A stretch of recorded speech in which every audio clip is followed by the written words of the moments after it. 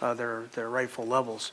So there's no department head or anybody out there that wants to cut any budget. Trust me, and nobody wants to do it up here. But there's want to and there's have to, and so here we are today. And with that, I will turn it over to Mr. DeMartini. Thank you very much. Good afternoon, Mayor Rouse, members of the City Council. My name is Keith DeMartini. I'm the city's finance director. I'm here with our budget manager, Ms. Natalia Glusik, and it is our pleasure to present a brief overview for this budget workshop today. The agenda for today's meeting will be to provide just a really brief overview of the general fund multi-year financial forecast. This is information that was presented to you on April 18th as the city administrator's recommended budget was first published. We will also provide a little bit of direction to the council in regards to assisting and helping you develop your final recommendations to the recommended budget. We do have staff present today from all of the city departments. They are all available, and we are all here to help and answer any questions that you may have. And then we'll wrap up with questions, public comment, and discussion. So first, let me spend a little bit of time talking about the general fund multi-year forecast. Again, this was presented publicly on April 18th. The graph here shows the general fund revenues in the dotted green line and the general fund expenditures in the solid red line, and it shows a couple years of actual information, the current year projection in fiscal year 2023, the 2-year budget cycle for fiscal year 24 and 25, and then a long-range multi-year forecast going out to fiscal year 2028. You'll see here the notable impacts that there is projected growth in revenues, but unfortunately there's projected additional growth in expenditures. So our revenue growth is not enough to sustain the ongoing expenditure growth for the current services that are funded by the city's general fund, which is why we have a structural budget deficit. We've seen volatile trends in sales tax and transient occupancy tax and some other general fund revenue sources as well. Multiple sources of revenue are stable and growing, such as property tax, so that is definitely good to see. We do have substantial cost increases, though, primarily from salaries and fringe benefits, and our pension costs continue to increase more than the revenue growth that's used to pay for those additional costs. Also, inflation has been very significant. It's been more expensive to run our city in general, and so those costs are built into this modeling, as well as the significant capital investment that is required to maintain the city's infrastructure in our buildings. Next slide, please. So this is a summary of the general fund showing our revenues and expenditures, again, a couple years of history, the current year projection, which was presented to the Finance Committee in detail during the Q3 report just last month, and then what the budget is for fiscal year 24 and fiscal year 25. We do have a line here that's called reserves to meet the policy target. As council is aware, we do have a 25% reserve policy target, which we're going to talk about in a little bit more detail today. So in order to meet and continue to meet the reserve policy target, it is important that we put additional funds into the reserve because our expenditures grow every year. So in order to meet that 25% reserve policy target, we have to deposit more money into those reserves. The net deficit in fiscal year 24, as included in the city administrator's recommended budget, is a deficit of $1.1 million in fiscal year 24, and then it grows to $4.8 million in fiscal year 25. Those deficit projections are inclusive of the expenditure reduction targets that the city administrator has proposed in her budget. The amount of savings that is projected to be generated from those expenditure reduction targets in fiscal year 24 is $2.7 million, and then it increases to $4.1 million in fiscal year 25. If those expenditure reduction targets are not met, if the council chooses to not move forward with the proposed reduction targets that are in the budget, just in general, then the deficit would grow. So we would have to utilize more reserves than what is being projected in, again, the city administrator's recommended budget. Next slide, please. So this table here goes into a little bit more detail about the major revenue sources in the city's general fund. As you can see, our major revenues it's a very diverse slices of pie here. We have sales tax, property tax, TOT, and then a number of other departmental specific revenues as well. As you can see, year over year, all of our revenues are projected to pretty much grow every year. We're not projecting any decline in any revenues. We're projecting a bit of a leveling off on some of our revenues that have experienced some significant growth over the past year or so, primarily with sales tax and TOT. But as we're seeing in the economy, there's a little bit of a leveling off, but again, still growth being projected. On the expenditure side, again, we're seeing growth in our expenses as well, as I mentioned earlier, for all the reasons that we've already discussed, that you've been hearing in quite some detail from the departments that have been making their presentations over the past month. So now I want to spend a little bit of time talking about the City Council approved reserve policy. At the Finance Committee meeting that we had on May 16th, the Finance Committee gave direction to staff to develop a plan to replenish reserves as part of the budget deliberation process. In other words, if additional reserves are to be required to help balance the city's budget for fiscal year 24 and fiscal year 25, then a plan needs to be established. And that plan being established is already language that's included in the reserve policy. Again, the reserve policy requires a 10% contingency reserve and a 15% disaster reserve for a total of 25%. At the most recent quarterly projection for quarter 3, that was presented to the Finance Committee on May 16th as well.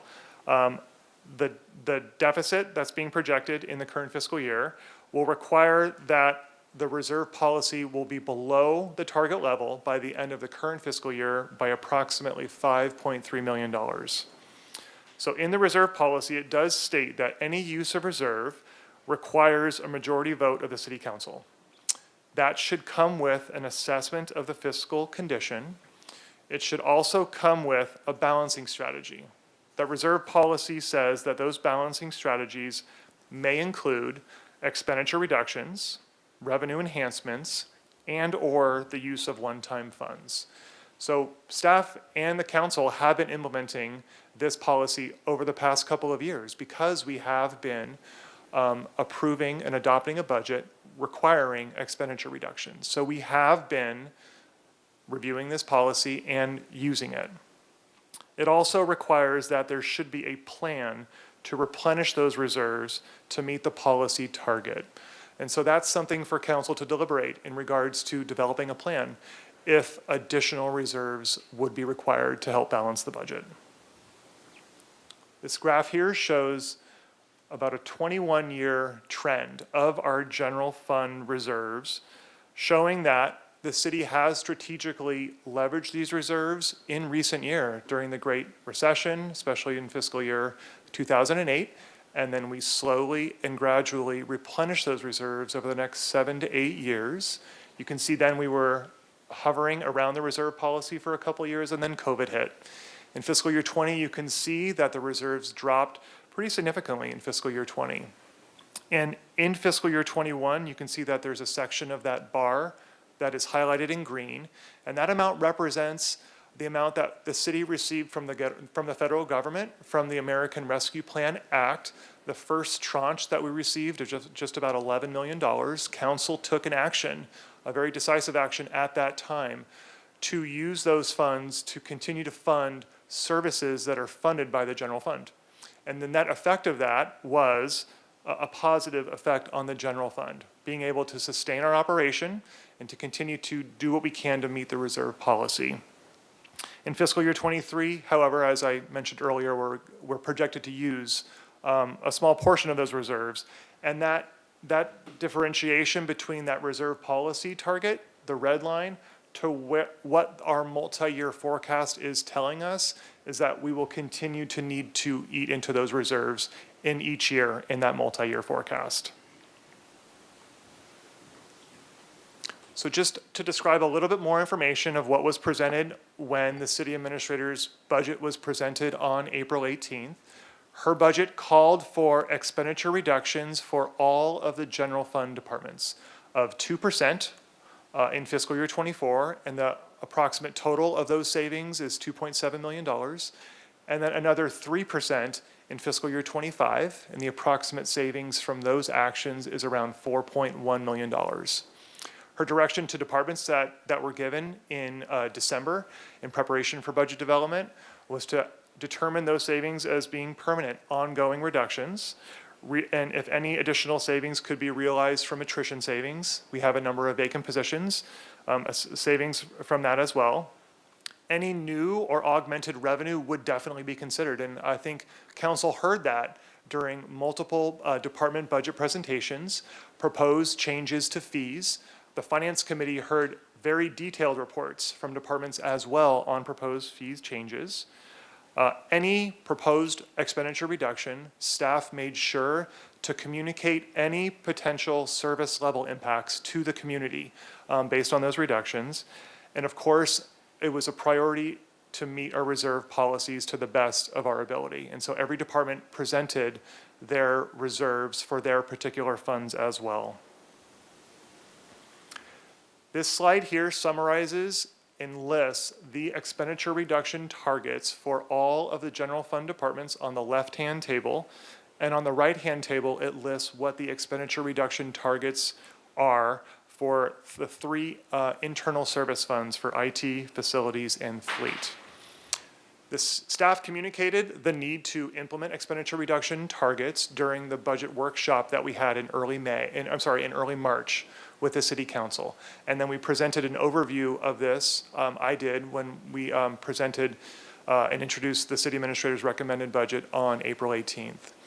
And then every department that delivered a presentation to you during the budget hearings presented very detailed information about how they plan to meet these expenditure reduction targets as well. So those are all included in each department operating budget, and all of that information is found on the city's online budget transparency tool in OpenGov.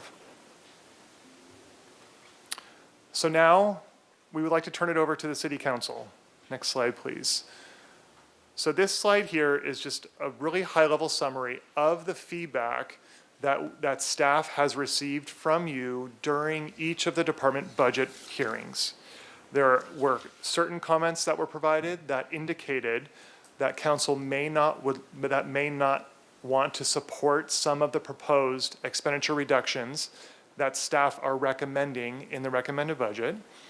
We also heard council members express that there could be some alternative reductions to be considered to staff's proposed reductions. And so that's why we're here today. We're here to receive additional direction so that we can then move ourselves into the next meeting, which will be on Wednesday of this week for your final deliberation meeting. So next slide, please. So today, here are some options to consider. You can direct staff to utilize reserves in lieu of the reductions being proposed. You can consider alternative reductions. You can provide additional direction to staff in preparing for budget deliberation, and then finally adoption. So at the budget deliberation meeting that we're scheduled to have this coming Wednesday, we will take your direction that we received from you today and bring it to that meeting, where you will then have an opportunity to vote on specific changes to the budget. It's also important to note that we will bring all the other feedback that we received from the Finance Committee in particular in regards to proposed fee changes. We also have a number of staff recommended adjustments to the budget that staff will be presenting to you as well on Wednesday. And I do have one piece of good news to share with you at that meeting. There are a number of technical adjustments, updated information that we continue to review as a staff, even after the City Administrator's recommended budget was presented to you just about a month and a half ago. And all of those changes that staff are going to propose to you has a net positive impact on the general fund of approximately $1 million. So that is really good news.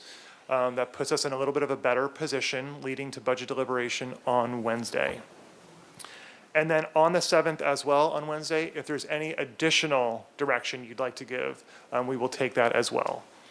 We are scheduled to come to the City Council for your vote for adopting the budget for fiscal year 24 and 25 next Tuesday at the regular City Council meeting on June 13th. That concludes my presentation. We'd be happy to answer any questions you may have. Thank you very much.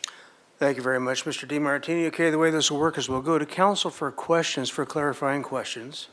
And after that, we will move to public comment. And from there, we'll go on to our deliberations and our directions for staff. So first off, Mr. Jordan. Thank you, Mr. Mayor. Just a couple. Keith, remind me the salary and wage projections for fiscal year 24 and 25. We agreed that each one of those years for each CBA would be 3% each year?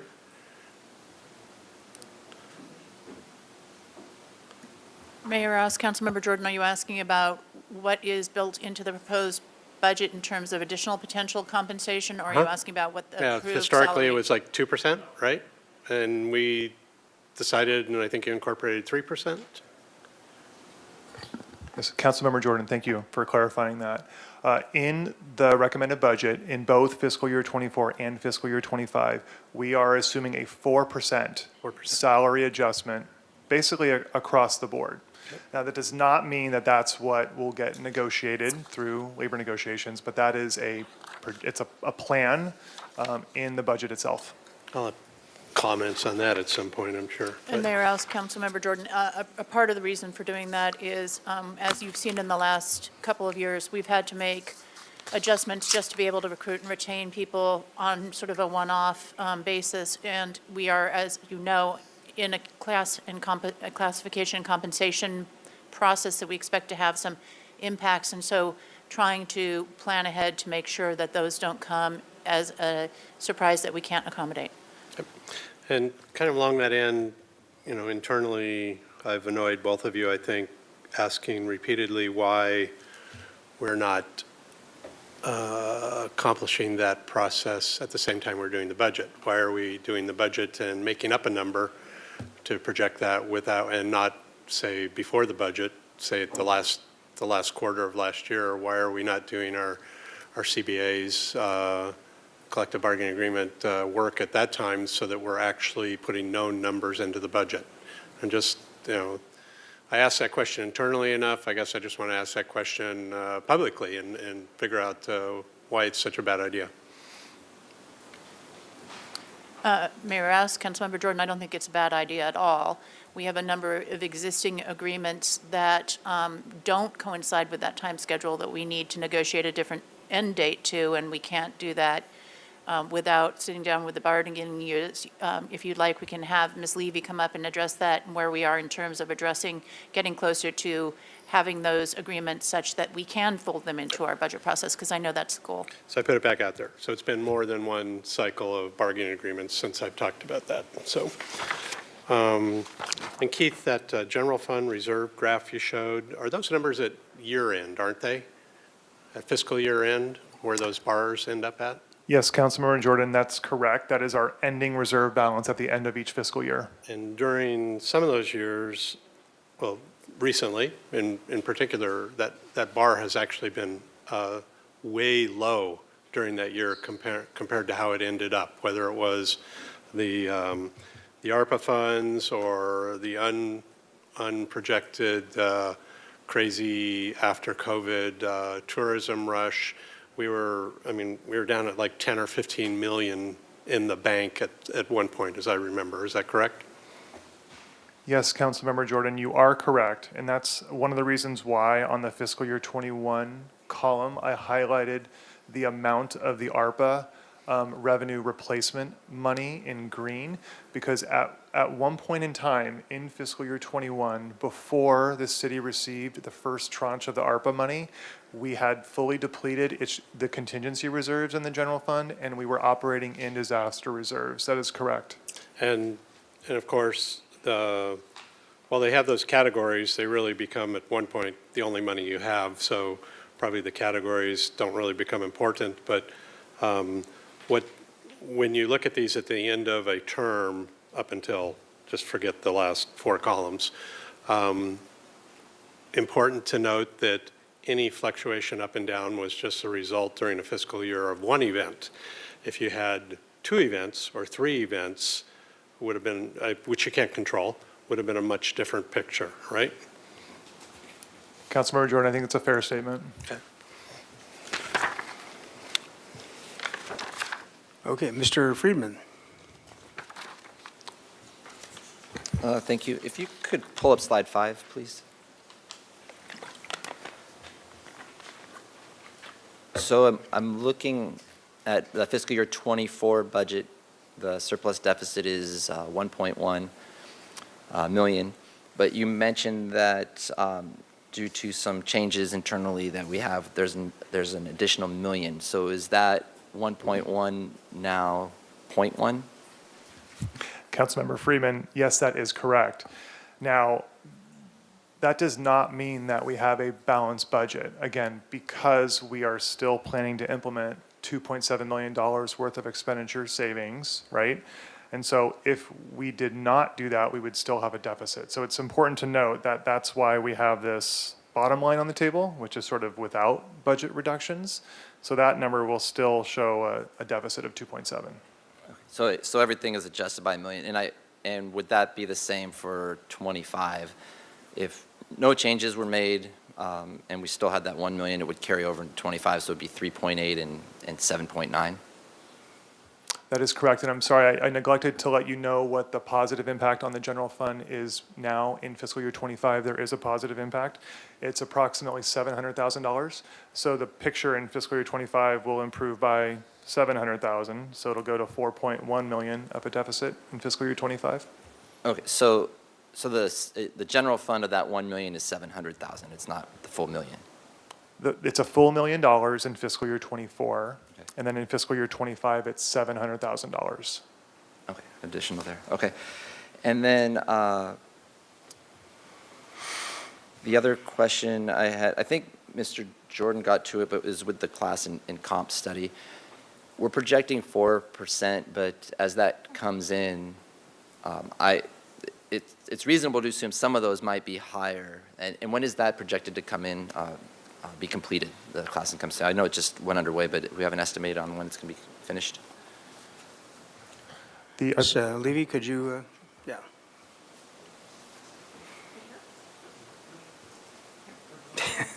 Oh, just pick one.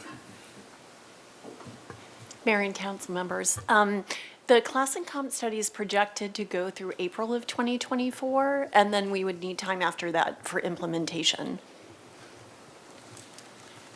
So we'll get those numbers about a year from now. So they won't impact this year's budget, but we'll have the numbers, and would they be able to be analyzed as part of the adjustment to the 2-year budget, so fiscal year '25? We're hoping so. Thank you. And then I just have 2 more questions. One is regarding police, and then the second one will be library. I just wanted a clarification. So I'll ask both of them, and then I'll start with police. Or I should start with the library. The first question, I just wanted to, my recollection on the budget for this fiscal year for the East Side Library. If I could get clarification that we needed additional funding to keep it open or not, if we could just understand what that is. And then my question for the police budget is if you could pull up, I think it was slide 11. I think that's what it was. So under the police budget, the reduction is, target is 986,000.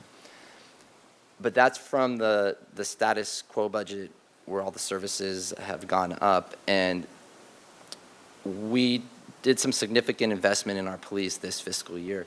So with that reduction, is that less than this year, or is it still, or are we still investing more in the police this year? I don't know if I'm asking that correctly. Is this a 986,000 reduction from this year, or is it something different than that? Councilmember Freeman, thank you very much for asking that question. The reduction targets are based on what we're calling the status quo budget in fiscal year '24. So I need to explain this a little bit before we get to what the impact is on the police department's operating budget. We'll start with the fiscal year '23 budget, and then We roll that into the baseline for our fiscal year '24, but we assume all of the additional cost increases that it takes to run the police department and every other general funded department, including the salary adjustment that we just spoke about earlier, the 4% assumption, all of the cost increases to our fringe benefits for employees, such as healthcare, pension cost increases, the annual contribution we have to make to CalPERS for the unfunded actuarial liability, the cost of buying materials and supplies related to inflation, all of the cost increases related to our internal service funds, such as our fleet, our facilities, and our self-insurance fund. We include all of those additional cost assumptions into what we call our status quo budget for fiscal year '24. And then we calculate an expenditure reduction target based off of that. And that's the number represented on this table. The fact is that the amount of resources is greater in fiscal year '24 compared to fiscal year '23. That number does not represent a reduction from their current fiscal year budget. That is not true. Their budget is increasing to next fiscal year, and then it's being reduced slightly by that number to a new fiscal year '24 number. So overall, should we go forward with this, the police department would still be having an increased budget? Year over year, I'm sorry, Councilmember Friedman, yes, from fiscal year '23 into fiscal year '24, that is correct. Thank you.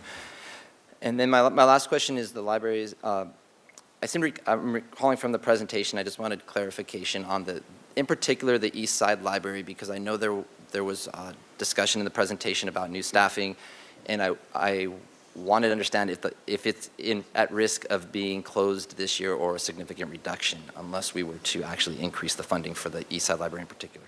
Ms. Caliente. Thank you, Mayor Rouse, Councilmember Friedman. As presented in our budget presentation, we are currently staffing the East Side Library 6 days a week, and that is made possible through ARPA funding, which ends in December of '24, correct?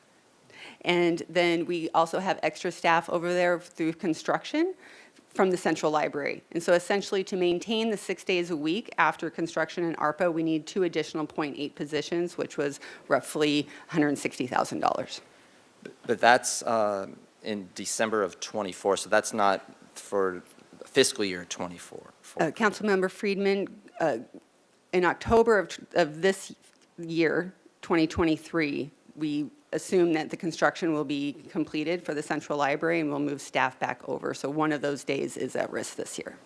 Okay, so there is one day that's at risk, and how much would that be to fund that to keep? Depending on the position and the placement within the class, it would be between $75,000 and $86,000. That's $75,000 to $86,000 to keep the East Side Library open this coming fiscal year, 6 days a week. Councilmember Friedman, yes. Thank you. Thank you. Ms. Gutierrez. Mr. Friedman asked Mayor one of my Rouse, questions. One minute, before we please. go on, I believe Chief Gordon had an additional answer to the response to the question about the police department's Okay, budget. excuse me 1 minute, Ms. Gutierrez. Ms. Gordon. So just a point of clarification on top of what Mr. DiMartini stated, there is a decrease, although our overall budget increases, what we presented was in fact cuts to the department budget, including the elimination of a position and the holding of a sergeant position and 2 officer positions for '24, and then additional holds in '25. So there are staffing reductions that the police department, as part of what is presented in the budget, along with eliminating hourly, part of the hourly. So yes, there is because of salary increases, there is an overall increase in our budget, but we are also eliminating positions, eliminating a position and freezing other positions. And Chief, how would that affect the level of service then with those? There's always a issue when you decrease the number of positions, but right now we're focused on hiring and trying to get back up. That's why these positions were recommended as holds and not elimination. It would be a different conversation if I was requesting to eliminate the sworn positions. The elimination of the non-sworn position creates an additional workload for our sworn positions. But in being best stewards, we feel this is where we can make that hard choice, because it is a difficult choice. But that's where we feel we could make the hard choice. Thank you. Now, Ms. Gutierrez. Most of my questions were already asked. I'm gonna, Mr. DeMartini, which departments are the ones that in our budget are the ones that cost the city budget the most? And if you can explain to the public why, I mean, I see them now, but if you can explain to the public why we spend so much money in those departments. And then I'm going to ask a question to the Director of HR, just to follow up with Mr. Jordan, just so the public understands. Sometimes the language that we use here on council can be a little confusion, why we have different bargaining unit years where we come to the table and bargain their salaries, and how it might throw off our budget. So those are my two questions. Okay, thank you so much, Councilmember Gutierrez. So, we're a big city, full-service city. We have lots of functions. What you don't see on this table here are some of our largest functions, which are funded through the enterprise funds, such as water, wastewater, the waterfront, the airport, the clean energy program, the golf course. I mean, others are on here. Those functions do not have an expenditure reduction target because they do not receive any general fund support. So this table here on the far left are only those departments, those functions that receive general fund support from tax revenue, right? Property tax, sales tax, transient occupancy tax.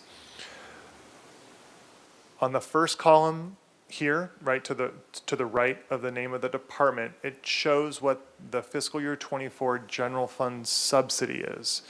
Now that does not represent the total amount of their general fund budget, because many of these functions do generate their own revenue. Parks and Recreation is a really good example, where they bring in fee revenue from people that use their services and participate in different programs.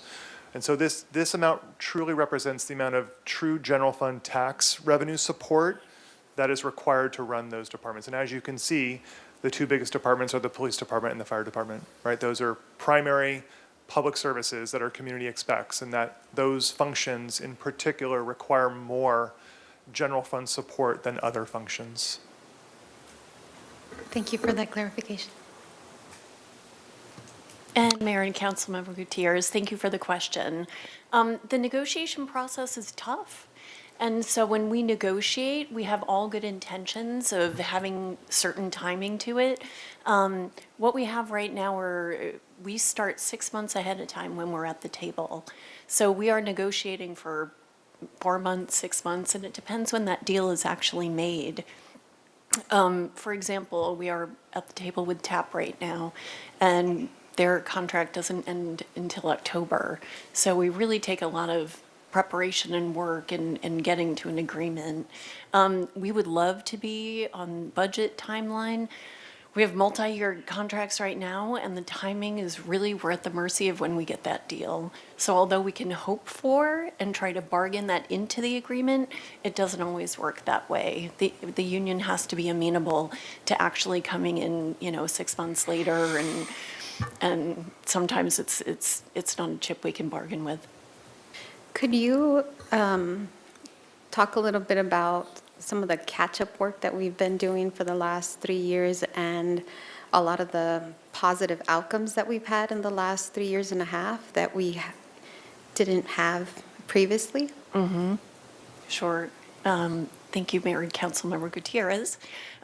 We have done a lot of work when it comes to salaries. I think with COVID-19 and looking at the workforce and the Great Resignation, there's been a lot of issues that have made us pay attention to salaries, recruitment and retention being first and foremost. And so we've been able to address some of those salary issues, in particular those classifications that are extremely hard to fill, that impede business operations. We want to make sure the departments have the staff they need to keep the community services going. So in some instances, we have had to increase salaries, and there's a couple of mechanisms for that. One is the MOU, of course, and one is using the municipal code. And so we've been able to address some of our salaries, and other salaries are adjusted through the MOU. Thank you. My last question, Mr. DiMartini, before we go into nitpicking into the budget and things get a little heated up here, for the public, I've been talking a lot to, especially a lot of people in my district. Since I started on council 3 years ago, 3 and a half, a lot has changed in the finance department. Could you talk a little bit about the accomplishments that the finance department has had in the last 3 and a half? Some of the improvements, and just talk about the positive things. I think there's been a lot of negative press out there, and this is a draining process. So if you can just highlight some good changes that has been happening in finance. Councilmember Gutierrez, I would be happy to. So first and foremost, the tools that we have available for council, for staff, and for members of the public to access the city's financial and budget information is much better. It's much more transparent and provides real-time, more consumable information than we have in years past. The online budget tool is incredibly powerful. It can be challenging to go from one place to the next, depending on what the user is looking at. But the fact that we are able to produce the information that we are able to produce online in a way that is consumable by the public, that has very powerful translation services to it for a great majority of our population that does speak Spanish, can very easily translate that information, and to have it linked directly to the city's online transparency tool, which basically gives the public the ability of drilling down into specific account level information in the city's financial system for multiple years in a graphical view that again is very consumable, is a huge accomplishment. It's a commitment of the city council and this organization to be able to provide information in almost real time to the members of the public.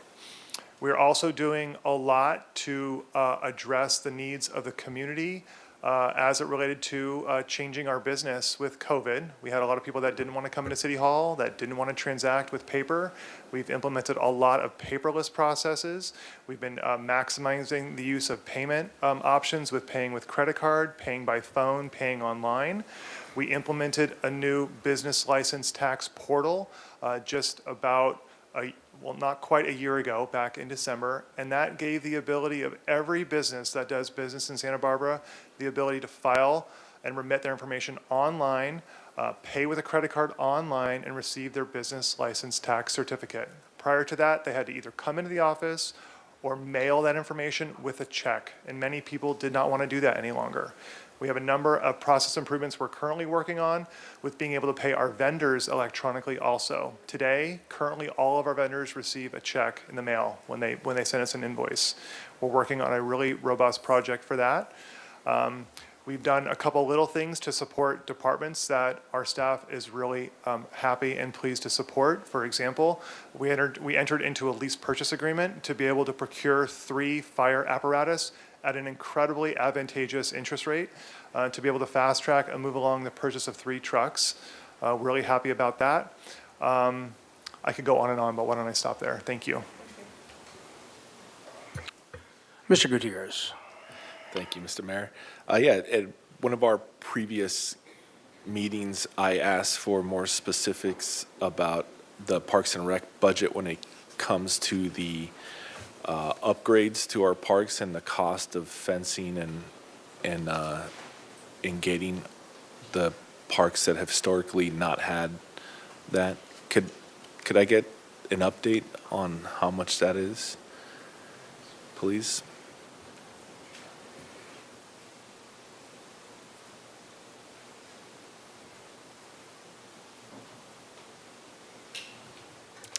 Mayor Rouse, Councilmember Gutierrez, as of today in our fiscal year 24-25 budget, we have no new funding allocated for fencing. The question and the issue that I believe was of particular concern to you relates to Ortega Park. We don't anticipate being able to move forward with construction of that project until probably fiscal year 26-27. And as part of that effort, would be coming back to council for sort of final direction on the construction of that park. Any other fencing that currently exists in the park, we would continue to maintain. So we have fencing that does a variety of, has a variety of purposes. One, first and foremost, it's really related to public safety. And then secondarily, depending on where it's located and the purpose of the fence, it has to do with protecting a city asset that can, really needs to be used and managed in a certain way, such as fencing around the municipal tennis court, for example, or in fencing in different areas where we try to retain the recreation activity within the project site.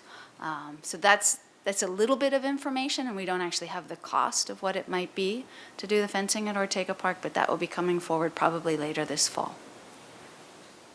So the money that's going to go into that remodel is not applicable to what we're approving now? Mayor Rouse, Councilmember Oscar Gutierrez, we currently have no funding for the construction of that project. And what about the East Side Park and Dwight Murphy?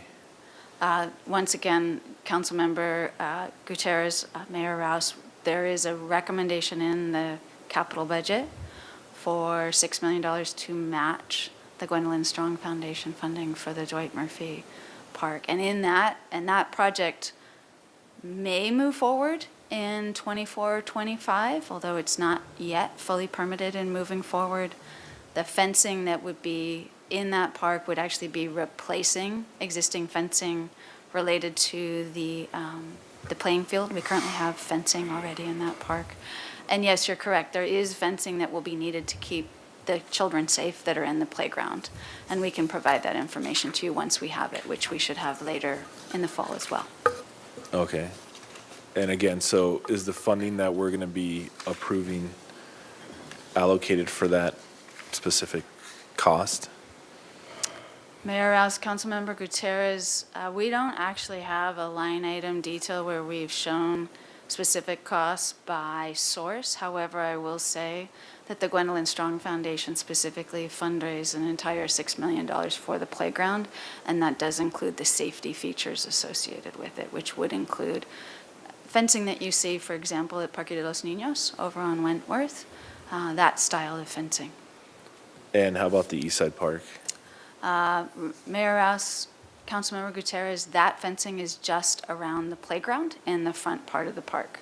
So similar to what you see at Parque de los Niños, that funding is coming from Measure C and Community Development Block Grant funds. Okay. All right, thanks for that, that information. Now, when it comes to, just a general question, when it comes to retention of employees or trying to get new employees to work for us, has there been done like exit interviews for employees that are leaving us as to how maybe the work culture here could be affecting why they're leaving or why they're staying? Has there been any kind of survey or anything like that done with current employees on rating the way they feel about working for our city?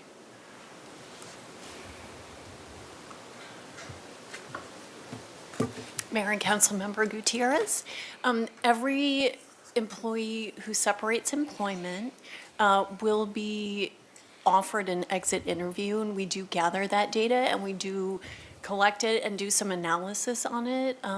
Employees have the opportunity to provide any feedback, and we sit and talk to them about their employee experience in the hopes of improving the next employee's experience. Oftentimes people leave, and I can tell you anecdotally in the past year, a lot of people have left because of the commute. A lot of people have left to go back to school, and a lot of people have resigned based on getting another job. I will tell you, however, that our turnover rate is significantly lower than it used to be. In the past year, Get my notes. In the past year, it's gone down. In 2022, it was 9.78%, and currently it is 7.36%, so that's really good news. And then our vacancy rate has dropped. In 2021, we were at 14.27%, and currently we are at 9.02%. So I think those numbers are reflecting that we are doing the right thing when it comes to retention and recruiting. And Mayor Rouse, Councilmember Oscar Gutierrez, it's not just when people leave, when we ask their opinions about how they feel about their work. And maybe Ms. Levy can explain a little bit about some of the ongoing work we're doing to engage with employees and take their temperature to understand where they feel supported and where they feel there are gaps. Thank you, Ms. Bjork. Mayor and Councilmember Gutierrez, we are doing a lot of things to create some touch points and engagement with employees. One of the things we've recommended to managers is exercising that stay interview, taking people aside, asking them one-on-one, why do you work here? How are you fulfilled?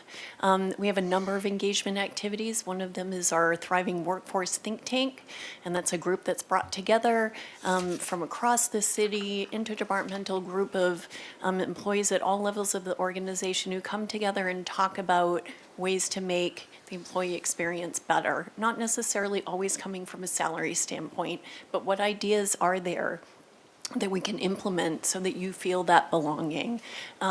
We also have the IDEA Work Group, which is centered on looking at employee processes and programs with a lens of equity, diversity, and inclusion, and that's our IDEA program.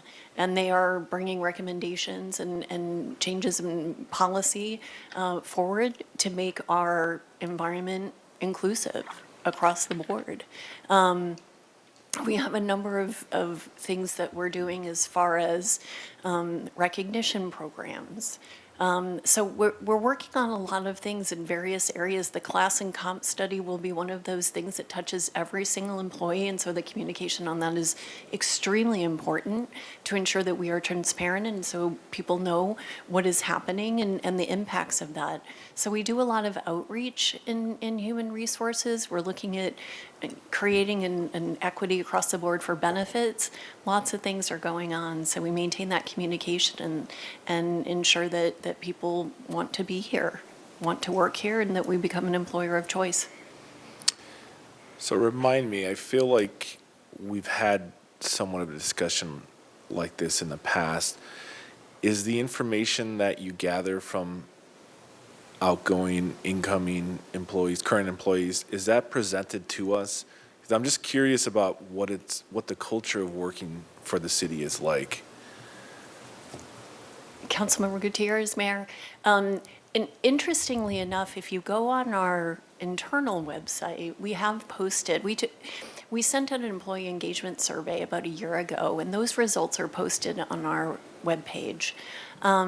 As far as what the morale is, all exit interviews are filtered to the department head so that they can see what improvements they need to make, understand what the employee experience is, and have that opportunity to tweak or make any changes or to continue what they've been doing.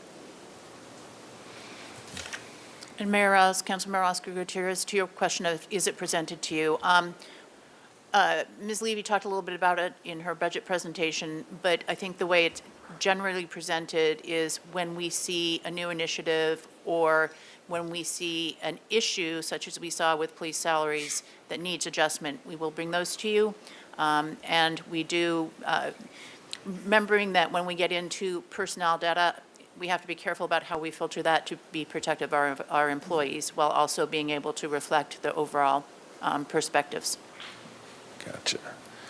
Okay. And my last question I've brought up a few times throughout different budget reports is the just the looming either advantages or threats that AI technology could potentially affect us as an organization. So, Mr. DeMartini, you being the head of our finance, are you looking into any kind of safeguards to protect us from AI being able to put our finances in jeopardy? Because I know right now there's an increase in people using AI to look and sound like family members, to call other family members and get their social security numbers, stuff like that.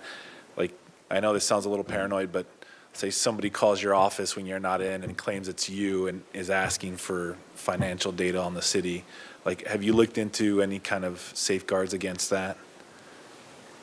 Councilmember Gutierrez, as part of the city's larger property insurance program, there is a component that addresses cybersecurity that we have been successful in the past, but also not always of obtaining additional cybersecurity insurance. It's been incredibly expensive as of late for all the reasons that you have just noted. We were able to secure a policy last year. We are hoping to do so again next fiscal year. Again, it's very expensive. So through our risk management function, we do look at appropriate level of insurance to address potential risks that we have as an organization related to cyber risk. An example is the ACH project that I mentioned earlier about paying our vendors electronically through automated clearinghouse. One of the most important parts of paying our vendors, paying our employees, is doing it securely. And so that will be addressed when we move forward with that project. But it's also important to note that there's risk in some of our more legacy processes as well. Sending a check in the mail is not necessarily secure either. And so we are looking at security of financial and other sensitive information all the time. Okay. Yeah, I just kind of want to float it out there to all the department heads in the room and listening elsewhere that like I said, the benefits of AI, but also the dangers of it are increasing by the second. So if you can increase your verification process to make sure someone's not trying to get access to information by using AI to emulate you or your colleagues, it'd be greatly appreciated just to avoid any kind of issues in the future. Ms. Gutierrez, another question? Okay, this is my last question, I promised. Based on some conversations I've had in the last 6 months in my district, 3 of their main concerns is, sidewalks, pavement, so that comes from Public Works. Why is in law enforcement, why does it take so long to answer a call? Why does fire always get so much money and they're the heroes? So I would like those 3 department heads to come and explain how this budget reduction will affect what the public receives. So I understand how it's going to affect each of your department and why you're doing these specific budget cuts, but if you guys can come up and explain to the public how this budget reduction in your department will affect what the public receives. Does that make sense? Yes? No? Chiefs? Thank you. Mayor Rouse, Councilmember Alejandro Gutierrez, Cliff Mauer, Public Works Director. From what you stated, streets, roads, sidewalks, which Public Works certainly provides. We don't provide those generally through the general fund.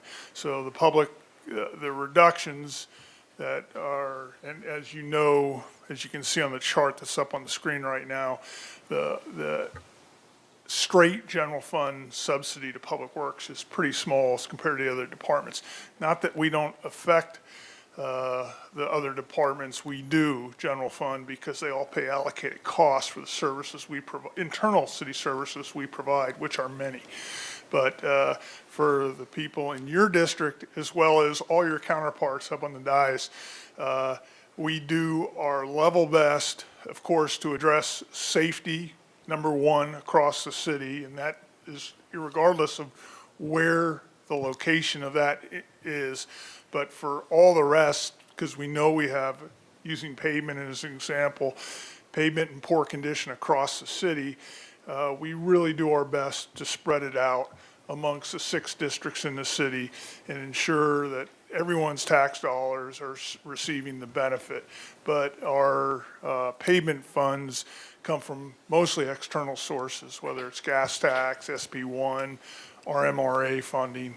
So your constituents should not see any reduction as a result of these, for Public Works, very minor reductions. Oh, sorry. Yeah, and Measure C, which is huge. Oh, yeah.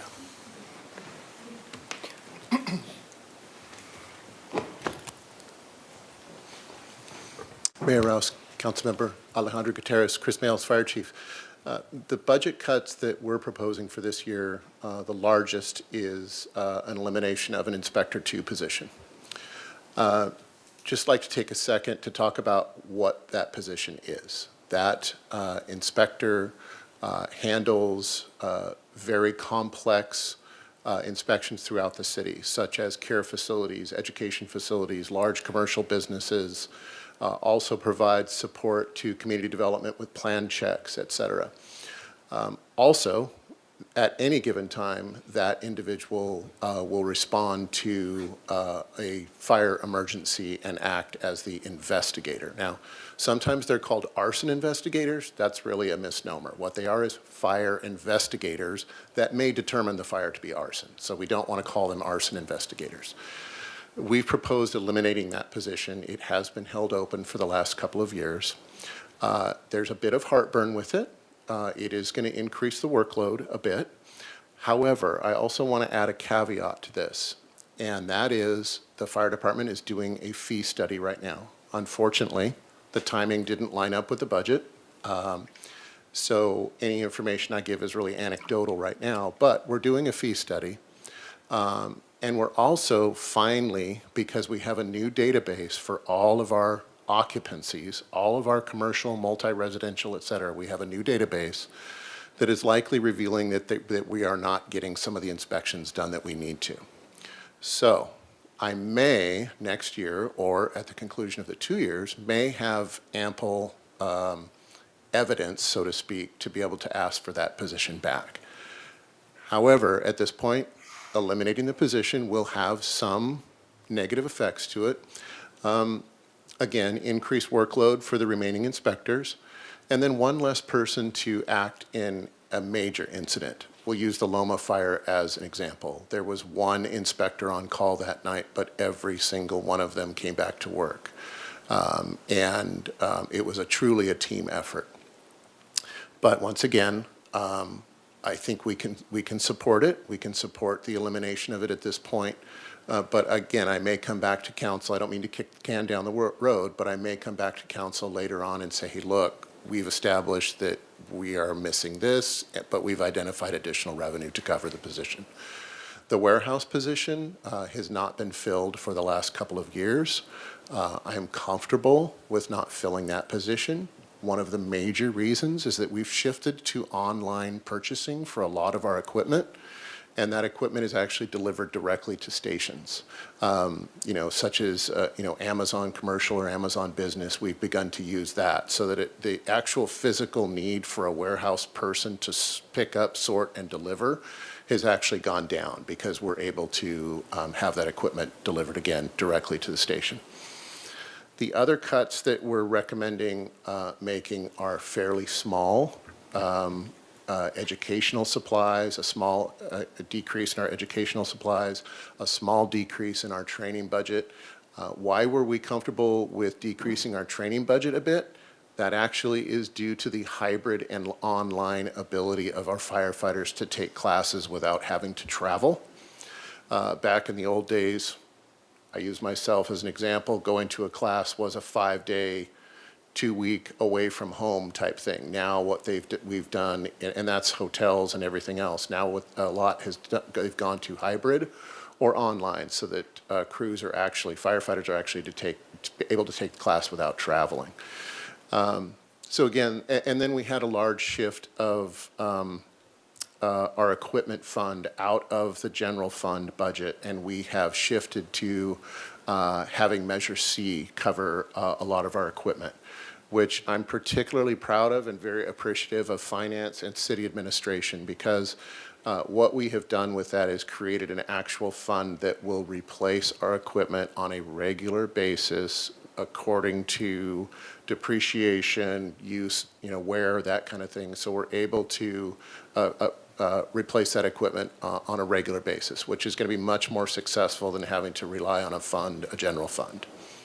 So hopefully that answers your question. Yes, thank you. And I just want to clarify that I know that the public can watch these hearings and they can ask us questions, but I think it's really meaningful when the directors of each department come and just make it very clear what exactly would the public see if there's these reductions. Mayor Rouse, Councilmember Gutierrez, let me just start before I forget. I also want to make the acknowledgement to finance and to the city administrator. We're making the same change within the police department of using Measure C money to appropriately fund equipment for the police department, which was not done prior. And so a lot of times we were purchasing our equipment through salary savings and other means, and now we will be coming up with a replacement schedule and appropriately budgeting and using Measure C for that. So I want to acknowledge that part of that team effort to make sure that we're meeting those needs, aside from the difficult decisions and making expenditure cuts. In terms of what the effect these freezes have on the public, I made these recommendations because the whole goal is not to pass this on to the public. So by holding the sergeant's position and the sworn positions, we can make sure that we still have the staffing to answer those 911 and those priority calls. And that is the goal with this. This would be a different discussion if I was making the recommendation to eliminate those sworn positions. And the reality is that we're extremely short in our staffing right now. And so our priority is to hire. I hope the problem that I have is in, a year from now, I come back to you and say, I've hired up all the way up to this point, and now I'm going to, put my hand out and ask you to allow me to hire for those positions. And hopefully we've been able to solve some of our revenue issues at that point. So that would be for me, yes, these are positions that we're not going to hire for right now. Like I said, it would be a different recommendation if I was sitting here saying we wanted to eliminate those positions. We are not a city that is over-policed by any way. I'm very proud of the level of service that we're currently providing. Our priority one response is still 5.5 minutes. Our goal, our threshold is 7.5, so we're still 2 minutes under for those life and death types of calls for service. And actually, we just broke them down for all call types. We're actually under what our goal is. So, like I said, we're definitely not over-policed in the city. I wouldn't make the recommendation to have less police officers and eliminate positions. We're holding these positions with the hope that we can hit those levels and regain the staffing that we need and be able to recruit, rehire. Is that challenging when you're freezing positions at the same time? Yes. I'd be the first one to say that that is a challenge, right? Because these are specialty positions that we're freezing, but we don't have the staffing to fill them at this point. The sergeant position, out of all of them, actually probably hurts us the most in terms of being able to get some of the things that we need to get done internally. In terms of eliminating the range master position, that doesn't affect, that's internal customer service, which is why that's the position that we have made the recommendation to cut. It's not external customer service. Yes, it is increased workload internally. It forces us to look at things differently and do things differently in terms of how we manage that. And we're already moving things and reallocating resources to be able to manage that. But that's an internal customer service position and not external to the public. That's not relative to response times. Does that answer your question? Yes, thank you. Thank you. All right, thanks very much. Well, once again, every department's made their done their duty as far as trying to reduce the target limits. So, and it's always been tough, and even the biggest ones, which are public safety, have done theirs as well. So I think everybody's done a pretty amazing job given the circumstances. With that, we will go to public comment. I have 3 minutes at the dais for each of you, and we're going to start out with Jim Jackson.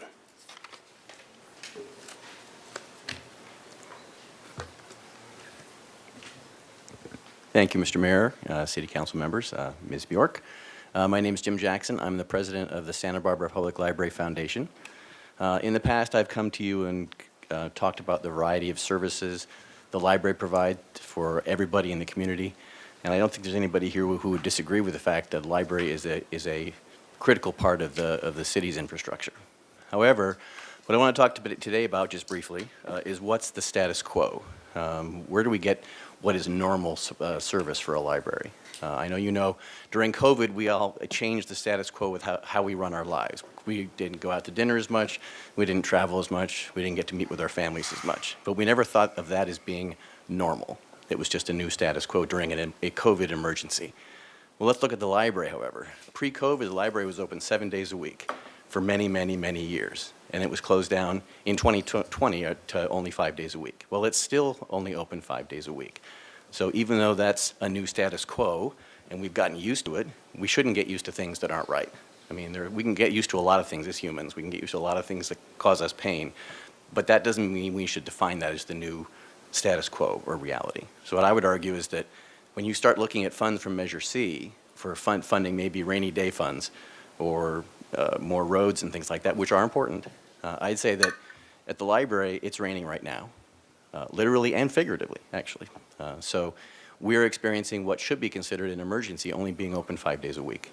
So I would say when you consider that Mr. DeMartini found $1 million apparently in the city's couch cushions somewhere, we might be able to allocate more money out of Measure C to the library to get it back to being open 7 days a week. So anyway, I would make the case that that's one of the ways to get back to a better status quo. Another thing, I wouldn't need to pick on Mr. DeMartini, but I like what he said. He said, in talking about fire and the police, I would apply his exact verbiage talking about the library. He said, primary public services that our community expects. And I think that applies to the library just as well. So anyway, thank you for your time. All right, thank you. The next speaker is Ann Howard. Good afternoon, Mayor Rouse and council members, Ms. Bjork. My name is Ann Howard. I'm the former board president of the Santa Barbara Public Library Foundation. I said goodbye to all of you a year ago as my 6-year term ended. I didn't expect to be back, but here I am again, because again, this year, our library is facing cuts. Ever since I retired and started volunteering at the library several years ago, we've faced budget cuts, and relentlessly the cuts have come. And now I learned reading my news hawk yesterday, we have new questions about transparency, integrity. I read about rebounding revenue and no real recession, and yet we have cuts. It's troubling, to say the least. It's downright demoralizing. But at least it gives us the opportunity again to point out the critical importance of the library and its services. And so I'm here to request that you allocate $600,000 in Measure C funds to restore full operations at the library, where, as Jim said, it's raining. Voters in this community approved Measure C funds for critical infrastructure. Our library is that infrastructure. It serves the community by offering everyone an opportunity to better their lives. Our library is often the first stop on the road to literacy, to employment, and to civic participation as the center for community engagement and learning at the heart of our downtown. The library makes our city safer, healthier, smarter, and better connected. When the foundation was raising the $5 million to build Michael Taubes Plaza, we were often asked by potential donors if City Hall supported the library. They were only interested in coming forward if the city was a funding partner. They're asking again. When the new plaza opens in October, will we be able to offer a full 7 days of services and programming, or will we still be open only 5 days? What does a closed library say about our city's priorities? It's time to restore the library budget and open our library with all of its resources. Our community is watching.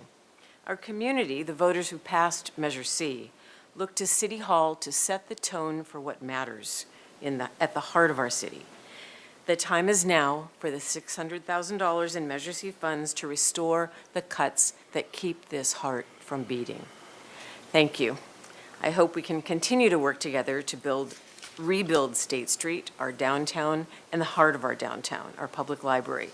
I hope we can rebuild our trust in the budget process. Thank you. Next speaker is Marcia Barr.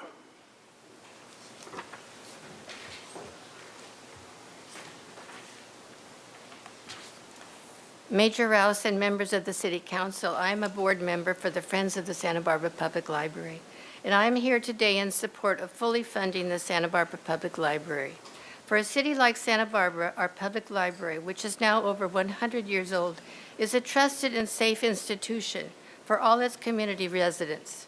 In the foreword of the library book, Writers on Libraries, a celebration of the 100th anniversary of the Santa Barbara Central Library, the renowned Montecito writer T.C. Boyle wrote that public libraries are the very essence of our democracy. I came to live in Santa Barbara in 1973, and our downtown public library was one of the first places I wanted to visit because libraries are a place of learning for all. Young children, teens, families, and seniors. Over the years, the downtown library has undergone major renovations to support community engagement, access, and instruction, and excellent wide-ranging programs. But in recent years, library cuts have impacted our library's open hours, collections, programming, and retention of professional library staff. By fully funding our public library and branches, you will be telling our citizenry that they matter and that you understand the very importance of the library's continued growth and well-being for the next 100 years and beyond. Thank you. Thank you. Next speaker is Lauren Trujillo.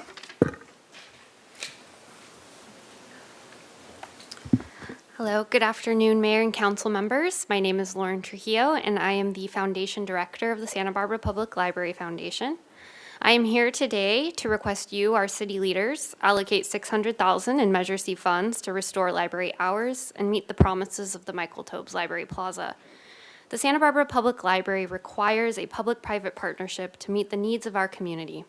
While fundraising for Plaza, as Ann Howard shared, donors were less excited about the physical space and more excited about the possibilities and programs that the library would bring to Santa Barbara.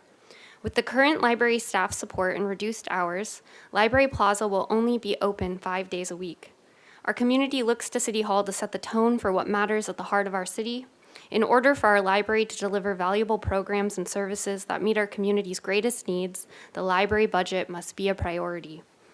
Permanent cuts to library services have been made since 2020, totaling $405,265, with no increase to operational support in the past 8 years. The community is watching and deserves a library that is open and functioning when the plaza opens in October. I know allocating Measure C funds to social infrastructure feels like a stretch, but here are 3 reasons why now is the time to consider this. 1, the public library is critical infrastructure and was identified by the community as an area to support in its original intent. While capital was the #1 priority then, the people now want their library open and are here to tell you today that it is a priority.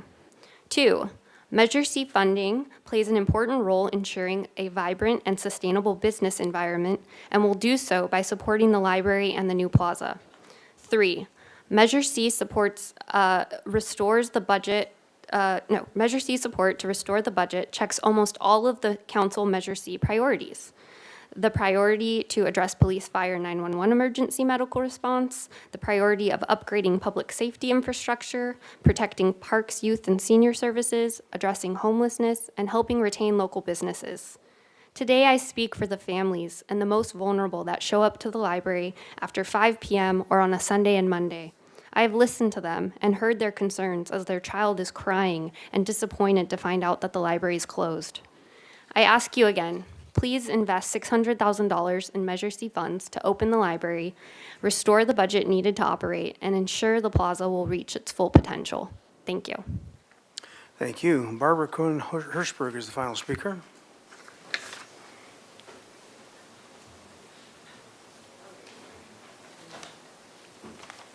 Do you have a slip? Oh. There it is. You just- Good afternoon, Mayor and City Council members. Barbara Cronin Hirschberg, the president of Santa Barbara Friends of the Library. I'm here to represent the Friends, but I'm really here to represent the community.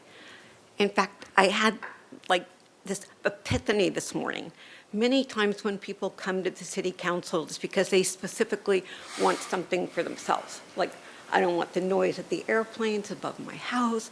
I want my sidewalk fixed. I want something for me.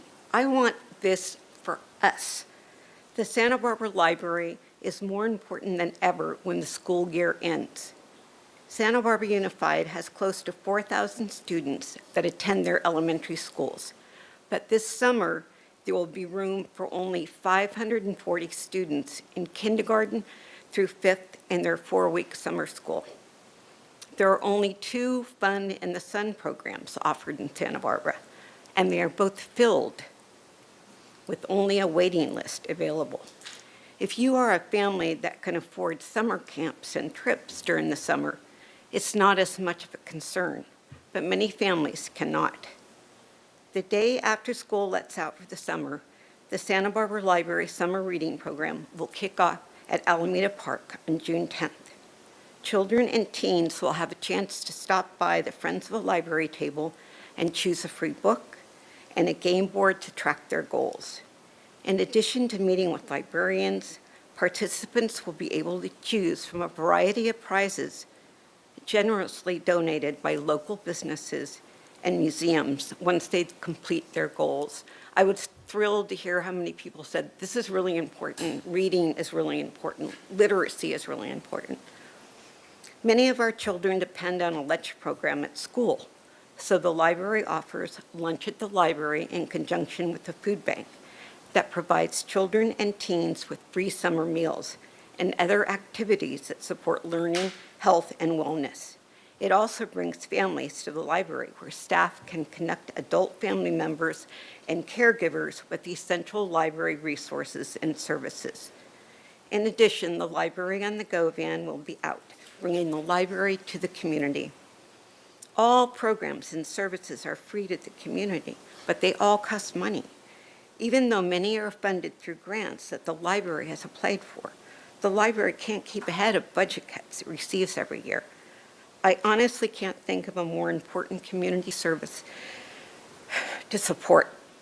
I would much rather support having the library open 7 days a week by paying the librarians their hard-earned salaries rather than paying for road repair, an economic development manager, and infrastructure projects.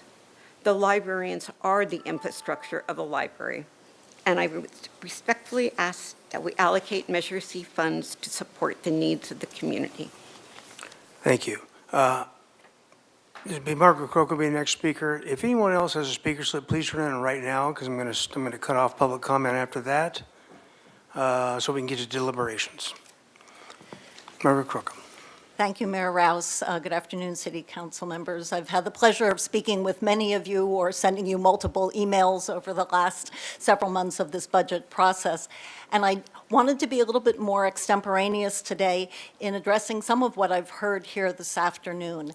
And I'll start by saying, with all due respect, it would be unfortunate if critical components of the library and other departments' budgets were cut or eliminated due to out-of-date economic forecasting or erroneous assumptions, even given the fact that we understand that budgeting is a highly dynamic process. We do need accurate budget information. But even with that, it strikes me that asking the same percentage cut of all departments may seem fair, but isn't necessarily so, due to the fact that, as Councilwoman Alejandra Gutierrez pointed out, we have very different baselines in terms of the amount of money. Rightfully so, justifiably so, but that does certainly give different departments more flexibility, one might say, in making some of the cuts that will not damage public services. I was struck by slide 10 again today, in which you're asked to make these cuts, and yet there should be no damage to public service. That would be wonderful if that were able to be accomplished. I wonder if it will be accomplished fairly and across all departments by asking all departments to do 2% cuts this year and 3% cuts next year. What strikes me in reading the news, the various news outlets over the last several weeks, is that the cuts seem to fall hardest on families, on our Spanish-speaking population, on our low-income members of this community, those least able to draw on personal resources to make up for the shortfall in the programs offered by Parks and Recreation, or as in the email that I sent to you all on Friday, get access from the standpoint of information equity to resources such as those online that are critically used by the Harding Elementary and other public schools in our community. I would ask you to consider Measure C or what other kind of funding you come to your judgment to provide the library with so that we do not see this differential impact on our population. Thank you. Thank you. And the final speaker will be Rita Boss. Good afternoon, Mayor Rouse and council members. I appreciate the opportunity today to speak up for our public library. I have in the past worked in city libraries, both large and small, and I have seen firsthand lives changed and lives saved by libraries.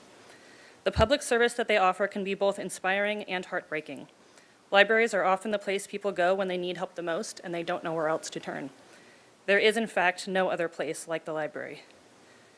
The library not only holds our words and ideas, our histories, languages, and cultures, but they also employ the most dedicated, patient, and compassionate professionals.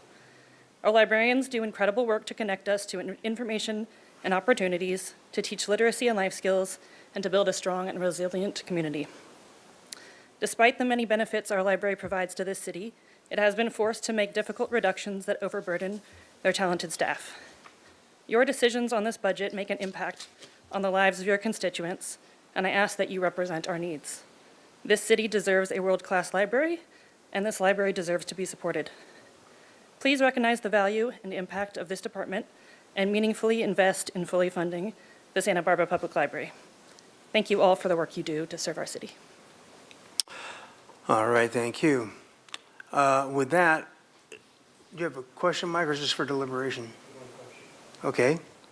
Questions, and then I've got something to say about how we're going to do the deliberation. So go right ahead, Mike. Thanks. This was already lurking in my brain, and it took this point to remind me. So I don't know how I'm sure I'm going to ask this question poorly, and if you'll help me through this.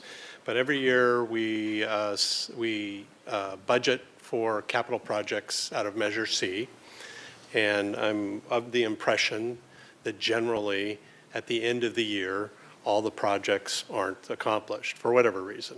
Probably the last year or two might be supply chain and labor availability, but prior years might just be an over-assumption and a giddiness at having the money finally there to go out and say we're going to do it. What are those numbers usually like? Like, what are you projecting for the end of this year? What has that leftover, what I'm calling a leftover amount been the last couple fiscal years? Is that easy for you to grab for me? Councilmember Jordan, so it's common for planning for capital projects. It's actually a requirement that we have all of the funding available in order to do the procurement, to enter into an agreement with the consultant contractor and lock in that money before starting that project. Let's take the library construction project as an example. So we have to have all of that money available. It may take more than a year. It commonly does take longer than a year to fully complete a large-scale capital improvement project. So some of that money might get spent in fiscal year 23. The amount that is remaining gets carried into the next fiscal year, because that money has already been appropriated by the city council. It will then be spent in the next fiscal year and then potentially the year after that. On the same project? On the Just same later. project, that is correct, on the same project. As far as how much money is sitting in the Measure C fund for a project like that and all the other ones, I don't have that information off the top of my head. I can most certainly get that for you. Can I just jump in and say it's in the millions? Yes. Over a 30 million budget, it's in the millions? Councilmember Jordan, that is correct. It is in millions. And then, just so I'm framing this correctly in my mind, while we're doing that, the following year, generally, we're earning more for Measure C. But to frame it fairly, we always have more projects needed for Measure C than we actually have money for, right? So then it's a balance. Where you see I'm going, it's a balance that, do you slow something down in 2 years because you're going to take something from a year later project and do something else with it the prior year, right? Does that make sense? Okay, works for me. Thank you, Mr. Mayor. Thank you. And same, Ms. Sneddon, question before we go to? Okay, let me then, because I want to figure out how we want to do this, because we're also going to be talking about our enterprise funds as well, which we really didn't talk about much today. Mayor Rouse, Councilmember, Mayor Rouse, we really, unless there, most of your deliberations and questions have really gone to the very difficult conversation we're having around how do we adjust our general fund expenditures to allow them to keep up with our increasing general fund revenues. So we really have had few conversations around enterprise funds, but certainly to the extent that any of you want to have additional conversations around those, this would be a good time for that. I agree with that. I think there were a few. I know there were some recommendations from Finance Committee on some general fund, on some enterprise fund things, and I think they can be relatively compact. It's pretty clear we're going to be talking about a few general fund things like, maybe in the library, in a little more depth. So I'd actually like to start out myself with a recommendation then, as far as deliberations then. I'd like to start out with the parking proposed fund. And I don't know if Mr. Bossy is still here or if it's, is he still here? Yes. Okay.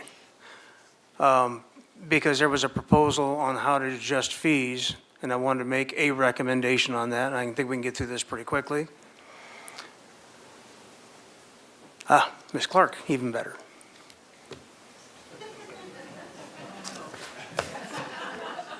Oh, no offense, Mr. Bossy. I had to go to the source, not to the boss. Ms. Clark, in terms of the recommended budget going forward for downtown parking, we had a fee structure that recommended both a 50-cent per hour bump as well as reduction of the free period from 75 to 60. Is that correct? Mayor Rouse, yes, that's correct. Okay, very good. And the reason why I want to make a motion to change that is only because my fear is that in our lust to create or to get through this budget cycle, we may actually produce even less revenue given my rather long and harried experience with the parking system. And I think that more critically essential, particularly in this time when the downtown is very, very sensitive to anything that might not be pro-business or counterproductive, that we may actually find ourselves with a tremendous amount of depletion in our head count. So what I would like, I'm going to put out a motion first and then we can discuss it. I'm going to move that we go to a 50-cent per hour raise only and leave the minutes at 75 instead of 60, as they would also match street parking as well. Mayor So- Rouse, can I just interject? I think what our intention as staff, and certainly you may do as you like with this meeting, but our intention was to bring forward things that are not yet identified such that we can add them to the list for deliberation on Wednesday night, rather than take actions on Okay, budget. so you want to items. deliberate that, so that, okay, It's- but what would be a recommendation, because right now the recommendation stands at both. I think that the recommendation is still ready for deliberation on Wednesday. We will have a number of fees that Okay. will need deliberation on Wednesday. If there's another fee that is not on there that you wanted to add on, now would be the time to do that. Okay, So very we're good. really Good. looking for council-generated ideas on where to go for Wednesday. Good point, because there are also fees proposed for the airport that were discussed in Finance Committee. So we do those on Wednesday as well? Is that your intention then? Mayor Rouse, I'm sorry, yes, they are Okay. on the list for Great. Wednesday's deliberation. That'd be great. meeting. I think that would clean things up a little bit for this particular hearing. And Mayor Rouse, just for your consideration, the public consideration, and council's general consideration, a reason for doing this is 2 steps. We really want your public to be able to engage with you on what comes up today. So having that to them ahead of you actually making final decisions on it was the intention of today's hearing. Okay. Okay, that makes sense. So we'll leave, I think, the enterprise funds as they are then until Wednesday, and we'll discuss. Unless there's something that was not brought up during the budget hearings that you would like us to Right. contemplate as No, part not of the at all. enterprise fund discussion. Okay, then with that, because we don't really have an order of deliberation, so I will leave this to council then to deliberate, and I'll start out with Ms. Ned. Thank you, Mayor Rouse. I'm just going to sort of read my statements and then I'll stop there, so they do have a finite end. The first thing I'd like to say is, and to make this very clear, that I have confidence in the abilities and the integrity of the city administrator, the finance director, and the budget manager. If there's been any ambiguity about that, I may have disagreements with some of the assumptions. I may not be able to find where those assumptions are calculated, but I have confidence in the abilities and the integrity, and I felt it was important to say that.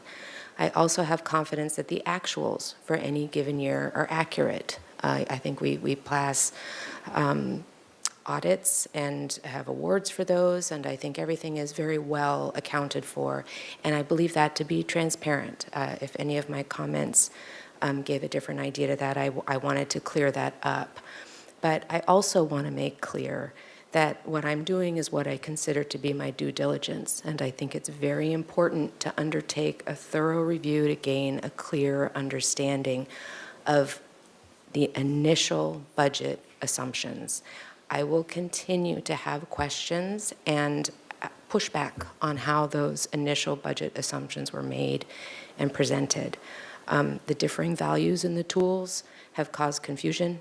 I'm understanding that those are snapshots, but I am also interpreting that those snapshots of changes, to me, can be interpreted as error bars, margin of uncertainty in up and down in those projections as we look at them over time. It's especially important to me that all of our understanding is complete as we're doing a budget deficit and target reduction considerations. I feel that these decisions have to be appropriate to the overall values of the community, and I'm going to emphasize that because I think in this budget deliberation, in the budget presentation, we have lost focus on what our values are as a city. I asked this question when we had our budget workshop. I asked this question throughout. Where are our values reflected? I have it highlighted all over my notes. I know that I asked it. I know that I asked that it be presented. I don't see it in Vision 2030. I don't see an addressing of our values in terms of serving the community. And I'm looking for that. I want to say something about staff has been extremely responsive and actually incredibly patient in answering so many questions. To clarify, in my world, questions are a show of respect. It means that I take you seriously, I believe you are the subject matter expert, and that I want to see what you are seeing. If I think I already have the answers, I'm not going to be asking you questions. I have to be very grateful that you've been willing to spend time with me. I have not been so happy with some, not from the finance department, maybe more flippant answers to some of my questions as if they're not being taken seriously. But to know, I hope you're interpreting that my questions are not rhetorical, they're genuine, they're not grandstanding, I am truly trying to see what you see. So having said all that, the initial budget target assumptions still raise questions for me. The process is now clear. You've been very, very clear and consistent in laying out the process and drawing back to the slides where they were initiated. But the assumptions still, I have some issue with. when I look at the slides from the March 9th budget work session, and we sort of revisited them today, but on slide 37, I see general fund actual revenues trending upward 2019 to 2022, but then there's a projected decrease in fiscal year 2023 that personally I don't see is justified when this has been rebounding and moving up, that we would project a decrease. I don't agree with that assumption. On slide 38, I see sales tax and Measure C revenues trending upward. On slide 39, I see property tax trending upward, real property tax roughly stable. Slide 40, I see incredible increases by $10 million in fiscal year 22 and 23 for TOT. Slide 41 shows utility users' taxes trending upward. I understand that expenses are rising faster, maybe, but over the past couple of years, our revenues have far exceeded our projections. And it is the job of a finance director to plan conservatively. That is absolutely doing the job. And in checks and balances, it is our job to question if that fits within our policy directions. Those are how I interpret these roles. Looking at these and totaling the differences between the projections and how the revenues came out and how we have far exceeded, some of those are by 10%. I'm prepared to see this as a margin of error of at least $10 million. I see that as sort of conservatively up or down. If you're totaling up those different revenues, we could debate that. But in the absence of being given that information, this is what I've come up with, looking at those, and I'm sure, I actually think it's a higher number. So within that, say, $10 million, and we could debate that, I would say that I would look to the Measure C polling results for a guide to our community values. These were the results of polling broad intersections of our community, and they were clear. So I'm not talking about Measure C, although the language is the same with the Measure C ballot languages, but in the ballot, the polling results were maintaining police, fire, and emergency medical responses, repairing local streets and potholes, upgrading outdated emergency communication systems, done, by the way, thank you very much to fire, ensuring our police station and neighborhood fire stations are accessible and functional. We're working on that in the natural disaster. We're working on new police stations, protecting parks, youth, and senior services, addressing homelessness, and helping retain local businesses.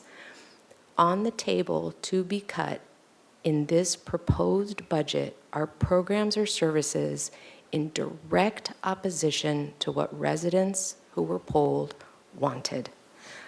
I suggest we use these Measure C polling results as our guide. It is too blunt a tool to shave 5% evenly across the board everywhere. I've been saying this actually for a couple years. We've already done that. We've already shaved down everybody equally. And now we're to the bone in some areas. We need to be surgical. We need to be strategic and not keep using a blunt tool of 5% across the whole organization. I think it's not careful enough. So from these surveyed priorities, and I will wrap this up, I see it as a mandate to, and these are my budget recommendations, and I will take the advice of City Administrator Bjork, who said, just tell us the priorities and we'll figure it out. I'm going to tell you my priorities, and I'm tying them to the Measure C polling results, and I'm tying them to the community values, which I have not seen highlighted in Vision 2030. So 1, restore funding to police, the sergeant, the 2 officer positions, and the range master. For fire, restore the Inspector 2 funding, educational supplies, and training. 2, restore funding to parks, youth services for the year. Again, too fast, these changes. In the meantime, we could do more to work better, to understand the options and opportunities for these families who are using these after-school programs, relying on these after-school programs in some of the most disproportionately affected families and students in our community. We need that year to look at and see if other programs are meeting that need, if they can meet that need. So I'd like that funding restored for a year. 3, restore the funding to the library. Make up for all the work that they're doing in addressing homelessness. This is very much in line with Measure C values. They are providing services for youth, at-risk individuals, and I would like the long-term goal to be restoring this as a primary public service. For now, restore the $600,000, and the funding community will meet us. When we look at the literacy rates and the services that are not available now, we've cut too far already. This can't continue. We can also think of the library as a hub for delivering public safety services. In the Thomas Fire, it's where people could go to literally breathe. It's where meals are served, essential services, information accessibility, access for youth, for seniors. It checks, as public speaker said, all the boxes. I can't see any further cuts to the library. If we can make those 4 whole, I believe that we're within the priorities of the community and well within the margin of error set out by the projections.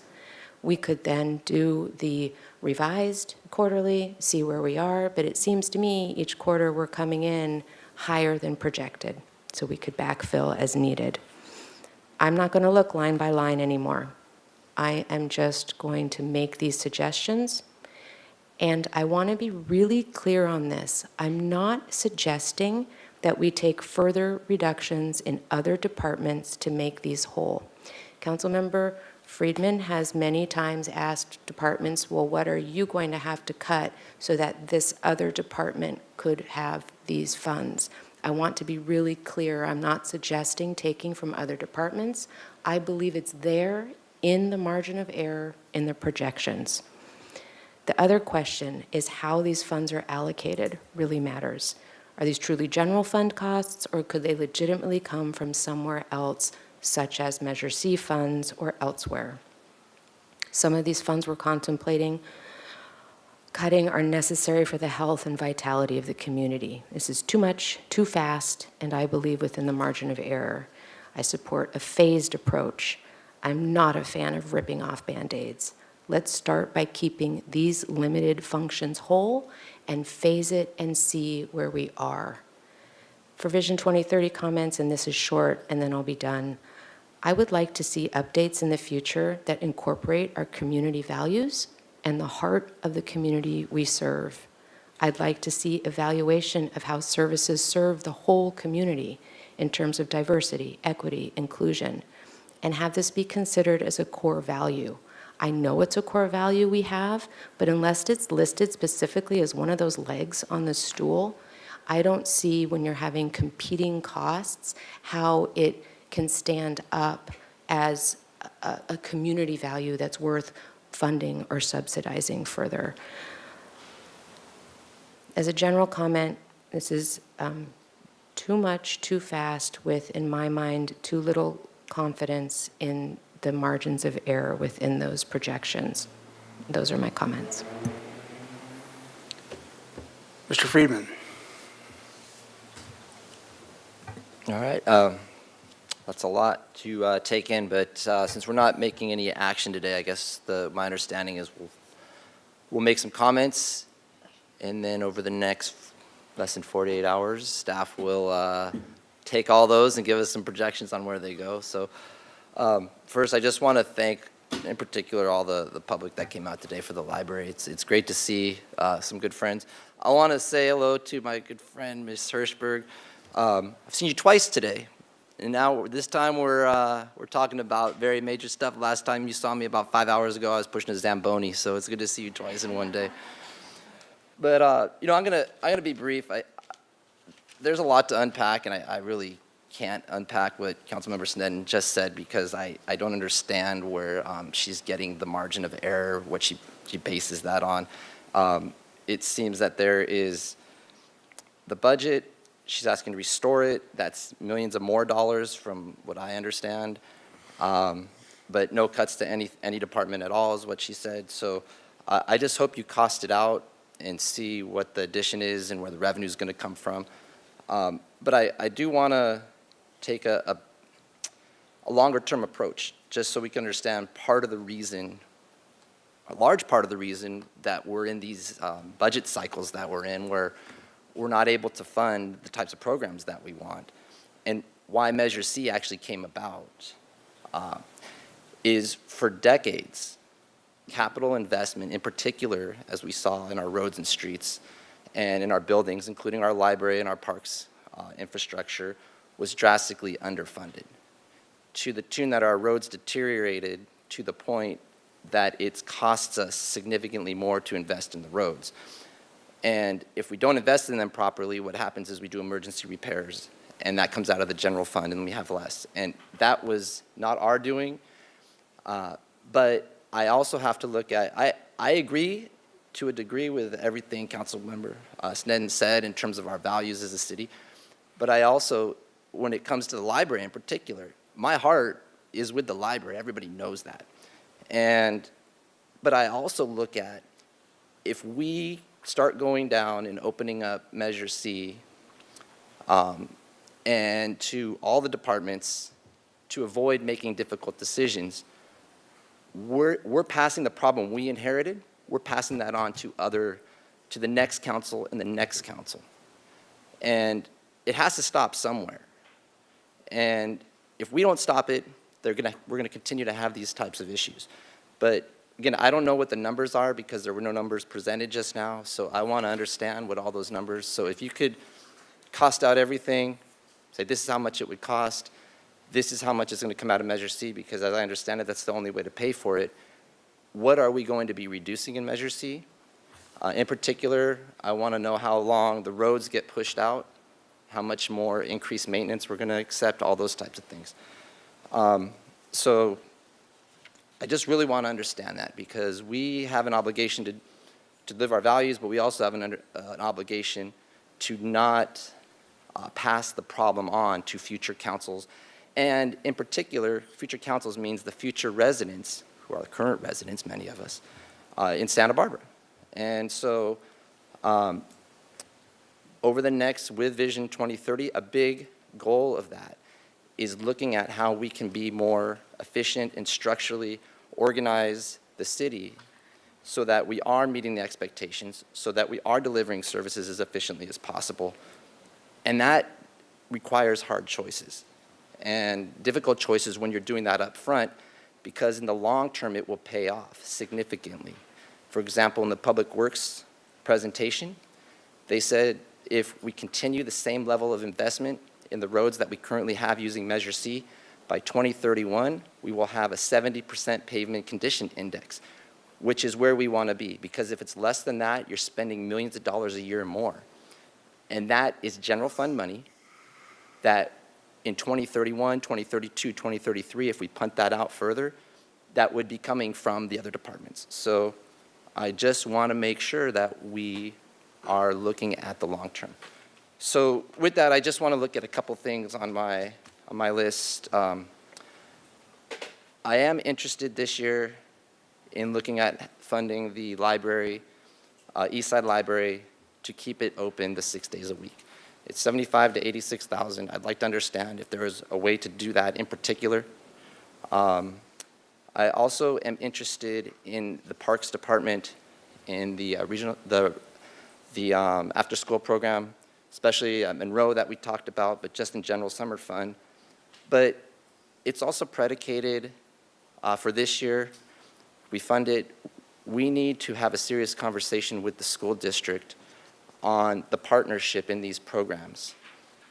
Whether or not it's efficient for both of us, whether or not we could contribute funding to their programming and enhance it rather than having competing programs.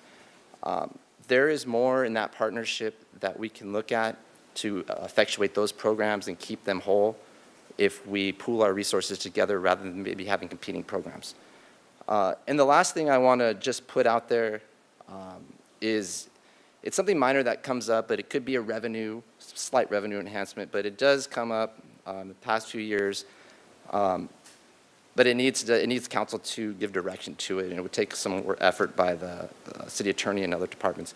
It's modifying the New Year's Eve amplified music ordinance.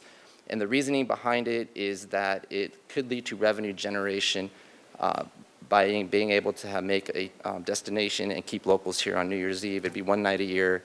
It might lead to increases in sales tax, hotel bed tax, if we were able to do that. Not significant, but hey, we're looking for every dollar we can have. So those are my things. East Side Library, New Year's Eve ordinance, parks, predicated on a discussion with the school district when we have those meetings.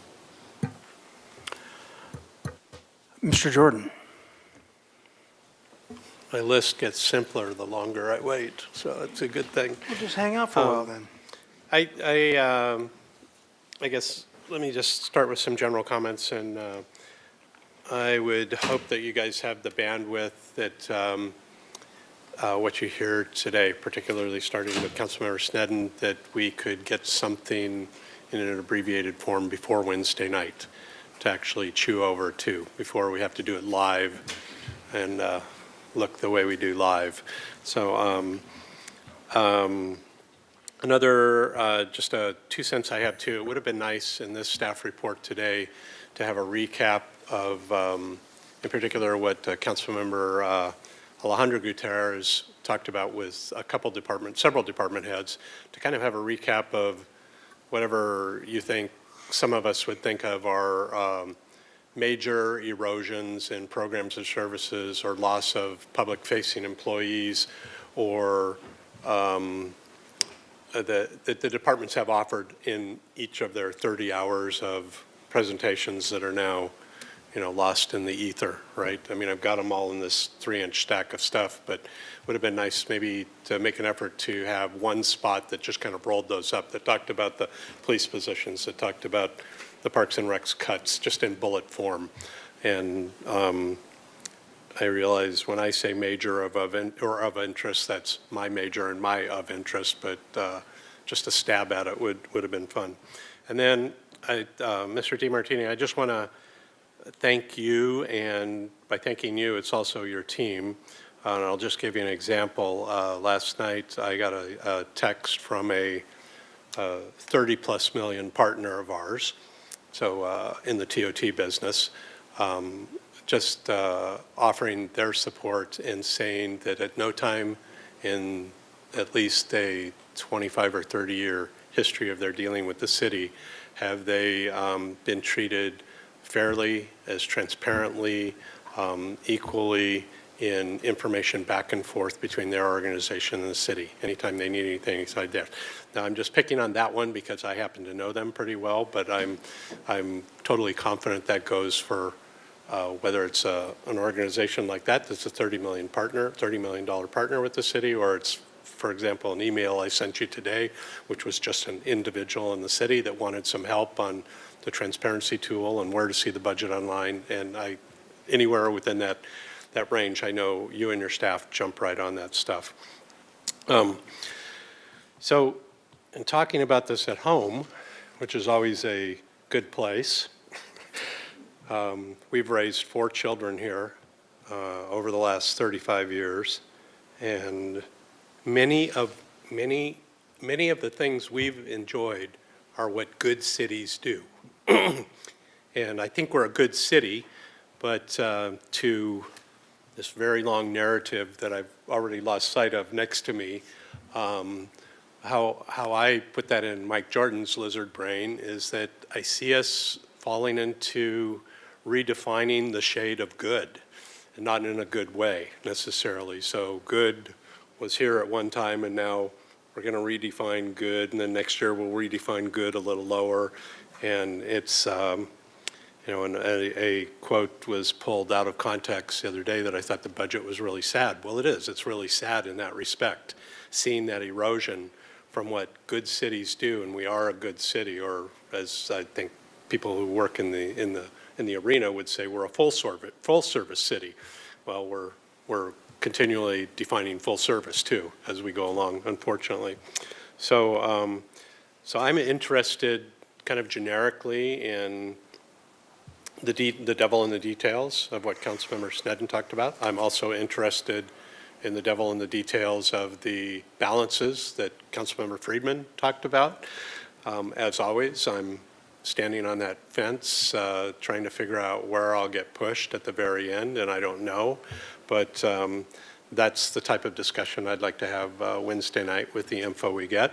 And then I'll just get onto my little list. I totally agree with the downtown parking adjustment of keeping the time but raising the rate.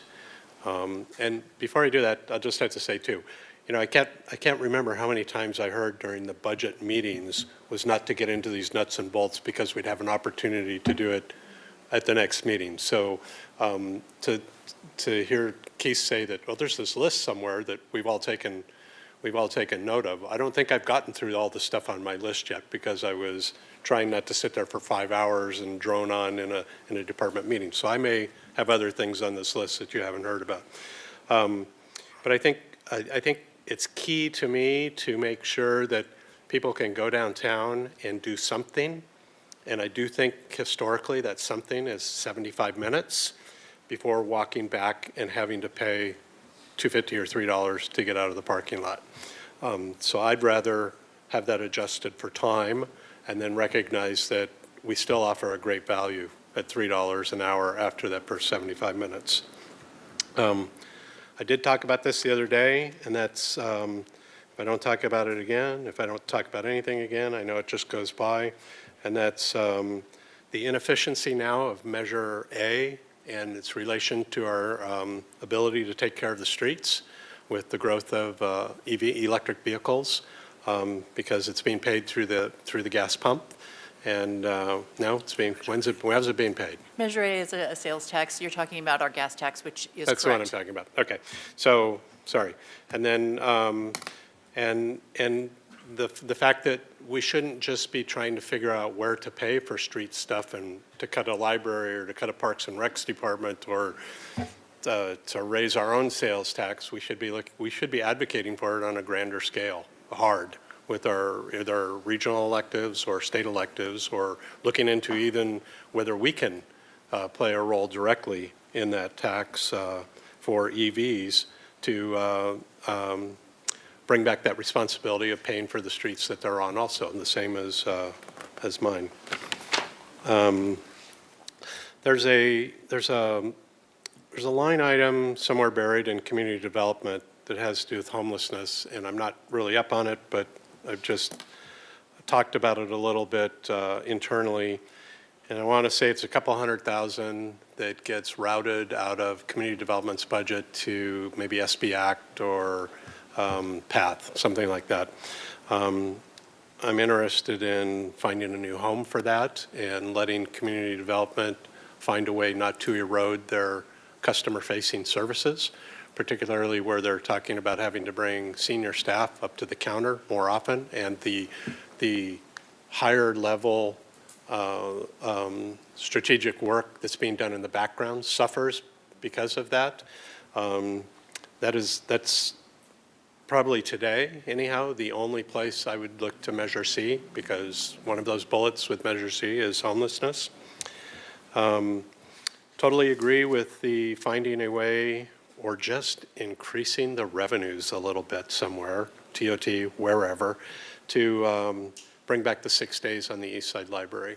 That to me is such a major hit and such an inconsequential amount of the overall budget that it's a no-brainer. Equal no-brainer as a former parent of 4 Monroe school kids, would be not losing that after-school program at Monroe. That's such an inconsequential amount of money for such a consequential service at that school. So finding a way to find $63,000 for that. And again, both of those are so small. You know, I'm not the budget geek that some others are that sit up here, but just increase the TOT projected revenues by $150,000 a year. Let's see. The airport fee is on my list for Wednesday night. I think it's probably on your list too. I know what's probably coming is a reduction in that from 2,300 to 2,000.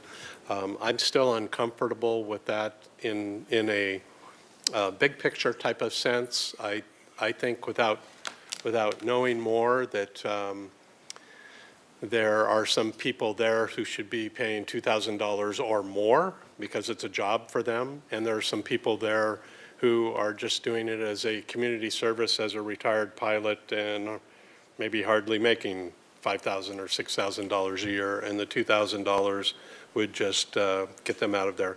This kind of goes to my, since in my 3 years here, my belief that we have as big as a responsibility to the community with our airport or waterfront as we do to those people who live, work, or rent at either one of those facilities.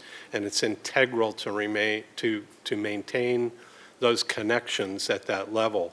There might be, I guess, what I'll call procedural drama that I don't know about in the background, but I just as soon penalize the few who are causing that procedural drama and not to the detriment of the others who are what I would call hobbyists, who are doing part of good community engagement and goodwill for the airport.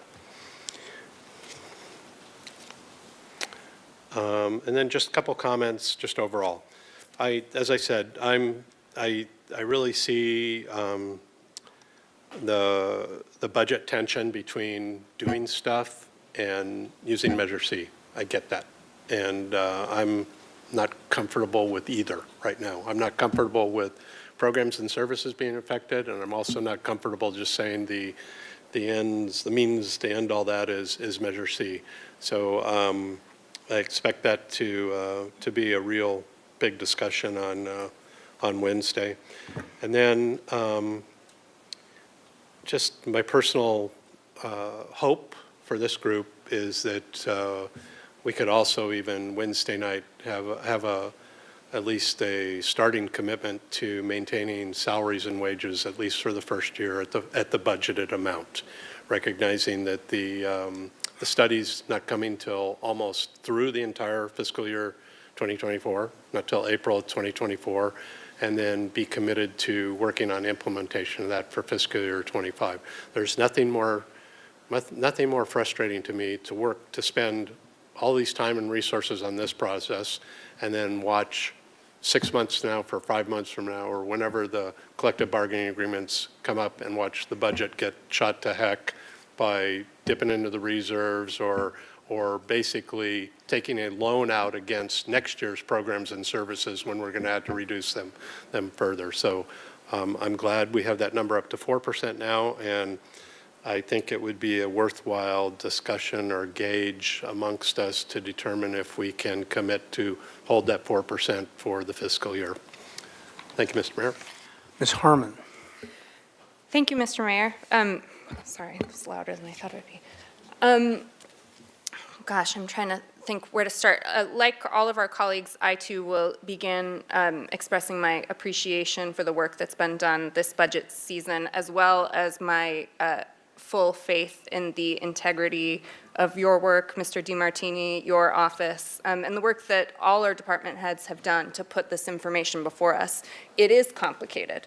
And so, I know it has not been an easy lift for any of you, and I appreciate the thoughtfulness with which you've undertaken this process and to try to bring us along with you. So that has to be said.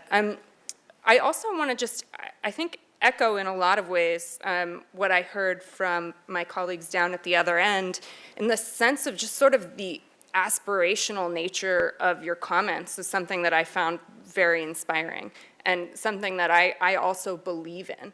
It's a real challenge, though, when we're talking about something that is so black and white as a budget, to think about how that fits into our aspirational vision for this city. And I really appreciate the work to try to merge those two conversations. And I think that is what I heard from all of our colleagues who have spoken. How do we navigate that tension? How do we manage our aspirational vision for a city that does good and is good for all of its residents with the sometimes grim realities of budget planning? That is no easy task, as we've seen year after year after year, and it's gotten only harder, actually. And I think what we're talking about at sort of a meta level is that challenge. So I really appreciate that. And I could not help but think, as I was hearing all of your comments, about a big elephant in the room to me, and that is our reserve policy. I believe that if we have a vision for our city that is aspirational, that is doing good for all of its residents, we need to have a serious conversation about making an adjustment to our reserve policy. I realize that that is not, and Mr. Mayor's back just in time for me to hear me say that. I know that's not popular, and I know that that hasn't been picked up any time that I've said it over the last 3.5 years now. But I believe that what we are seeing is the grim reality of a difficult budget picture. And unless we think critically about how we want to utilize those monies that are now going into reserves, we're in a position where we are not going to be able to fund the things we believe in like we want to. And if we're going to have a balanced budget, if we're not going to find ourselves in the hole in 5 years, 7 years' time. I have thought long and hard about what that would mean for our city to have a lower reserve requirement. I believe that that is something that we as a city can handle and move forward because on balance, it is so important to our residents that we have a fully funded library department, that we have a fully funded Parks and Recreation department. That would be what I would advocate for. Now, that is a bigger conversation, I think, than what we can have on Wednesday night.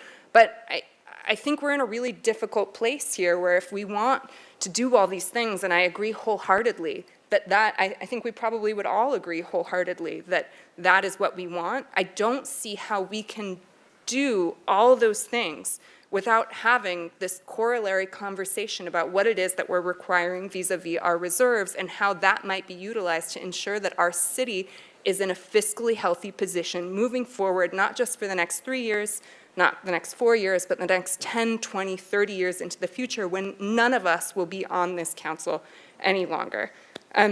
So I guess I would just close those general comments by saying that I look forward, I guess, to seeing, right, not I guess, I do look forward to seeing the specifics of what that would look like on Wednesday night. But to me, those specifics, I think, aren't really doing us any favors because we're going to continue to be in this position year over year over year. If we want to make structural change that doesn't continue to put this body in a position where we're deciding between cuts in budget season or we get into the bargaining room and some people are saying hold the line and others are saying, yeah, I mean, we've got to make a change somewhere that actually forecloses the necessity to have this conversation every time we have a conversation about money. And I think if we're really serious about being aspirational, then let's get serious about the policy that will allow us to fulfill those aspirations to the benefit of our city residents. So that's my pitch about revising the reserve policy, and I hope that we will have an opportunity to have that conversation in a more fulsome way. A couple of just very, very brief pieces of feedback on some of the specifics.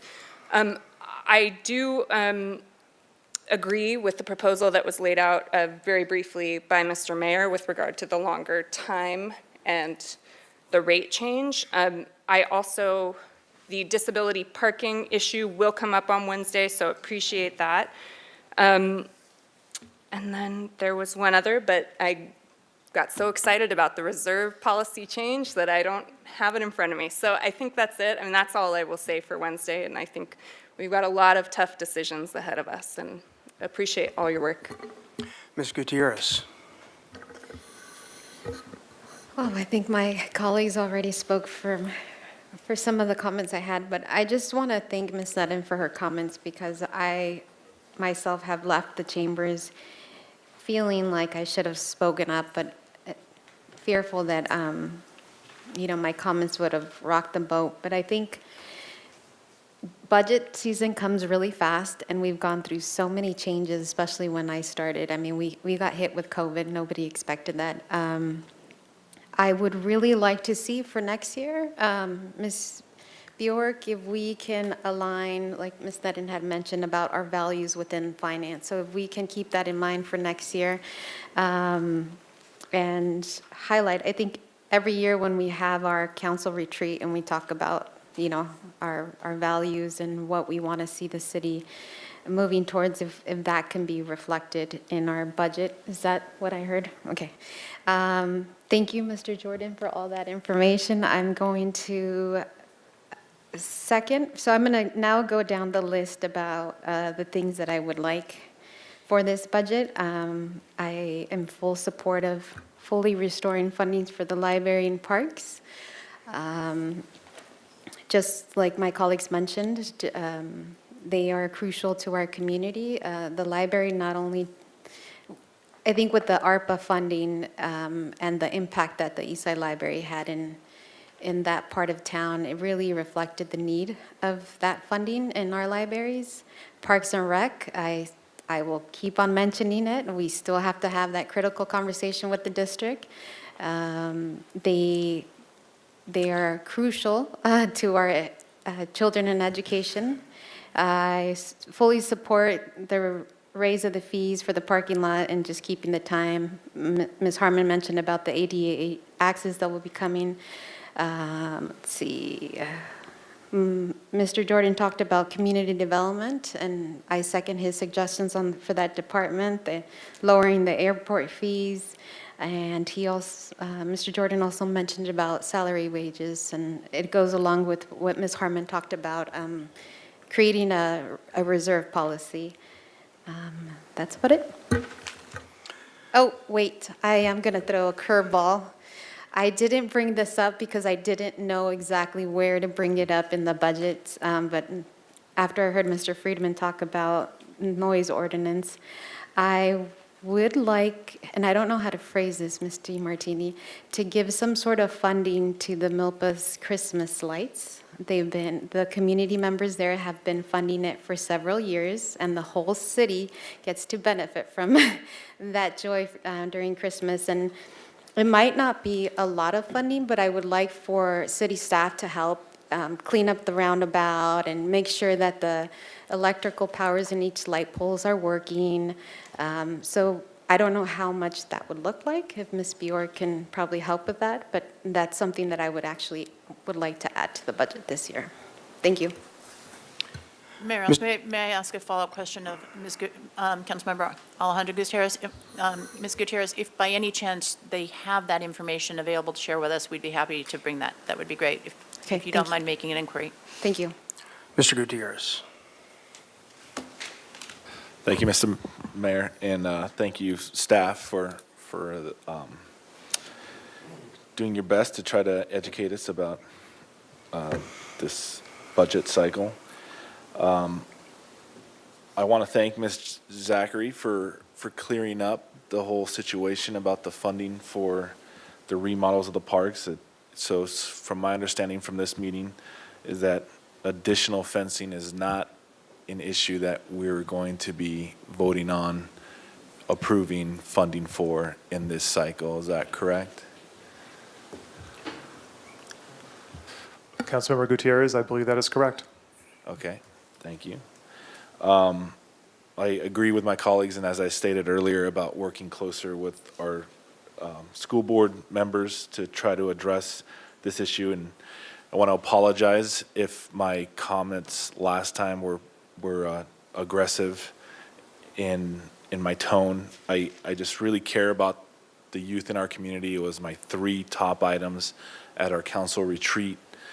And I'm a product of the school system here, and I hold it very dear to my heart.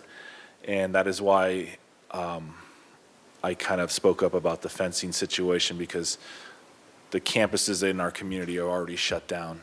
And I don't want to shut down any more open spaces that our youth can use to just have a good quality of life, that the same that I had growing up here. So that's why I guess you can say I got triggered about the whole thing.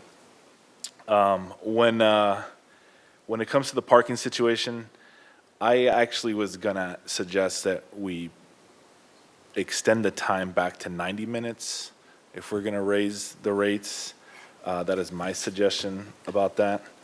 The other issue that I brought up during our council retreat, and I think this might go hand in hand with the suggestion of the potential of,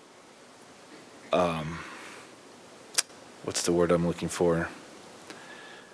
There are some boards and commissions that have been brought up to our attention that may have outlived their purpose. So there's some people suggesting that I'm trying to come up with a word, get rid of them or stop using them. I can't seem to come up with a better phrase for it. But in order to save staff time and money that is being spent.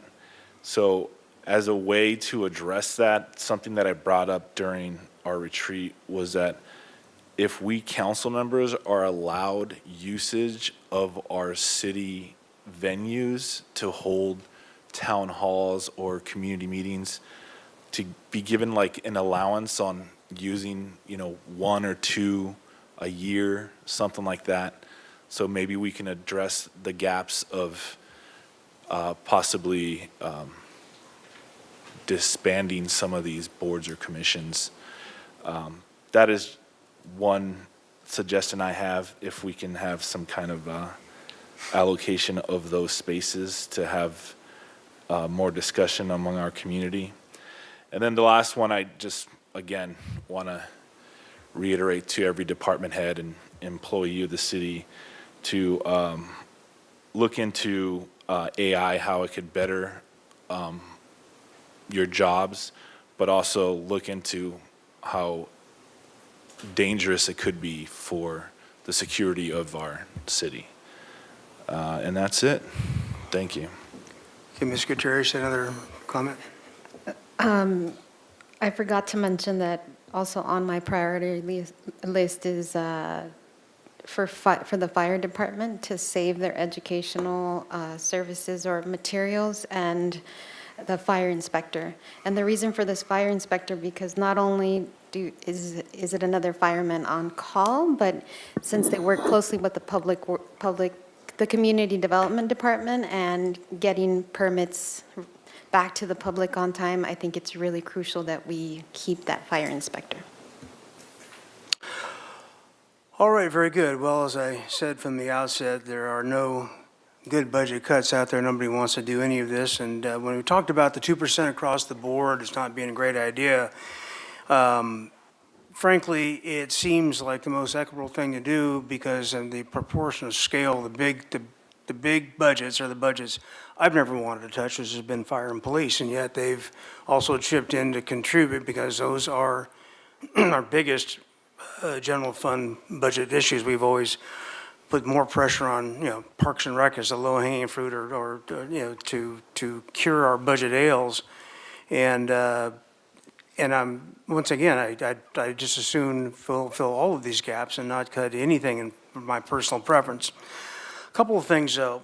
And, I don't think we can really rely on whether or not there's a margin of error as a planning tool. If we could, I would just say, well, let's go ahead and use reserves right for now because there's a good chance we'll be on the other side of that. But I don't know that, and that's why I have to depend on our finance department to come up with their projections on both. You have something else? Yeah. I was trying to make final comments. You can finish if you like. Anyway, to go forth and I lost my train of thought. Anyway, I'll go back to my notes here. But 2% across the board is the way to get the most bang for our buck. The reserve policies at 25% a year or 25% of funds is fiscally responsible. That's a quarter of years of emergency funds. I've been around in 2 cycles where we depleted those completely in emergencies. And so it was a darn good thing we had them when we did. And even though it's a little painful to have to keep that discipline up, it is in fact discipline, which is the hallmark of any good budgetary strategy. In terms of, things like Measure C, we talked about Measure C and what, it isn't in fact a rainy day fund. I was on the ballot measure myself as a signatory, and I was also went around and made with Bendy White 18 separate public presentations for Measure C. And Measure C was, while it is a general fund or a general ballot measure, its purpose was for infrastructure and public safety. And as you look at the polling data, if I had the bar graph in front of me, you'd see the priority list starting out with fire, police, and roads as way, way out in the bar graph, and the rest of them far down. That's what the public assumed they were getting. What the council did afterwards was pass a resolution to define that more closely, and in fact, create an oversight committee to watch, make sure we perform that. As Mr. Friedman brought up, we already have plans going out for many, many years about getting our pavement condition index to the point where it doesn't cost us more in the long run. We let it go for so long. And Mr. Jordan brought up the gas taxes, and those are just diminishing every year.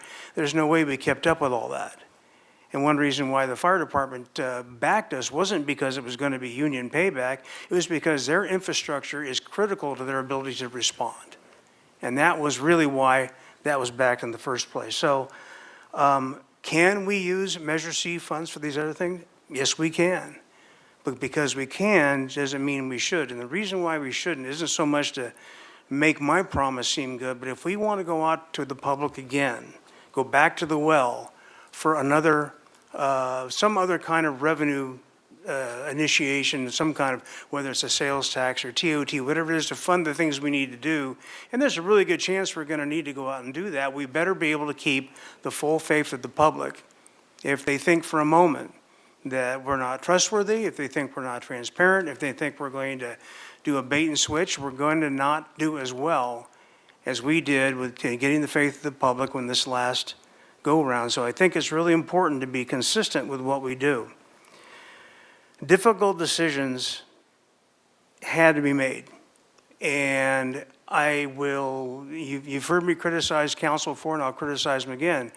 The difficult decision we didn't make with public or with general fund money was what we did on State Street with the parklet rents. We came up with a staff and subcommittee recommendation and left hundreds of thousands of dollars on the table of general fund money in order to subsidize a few private businesses.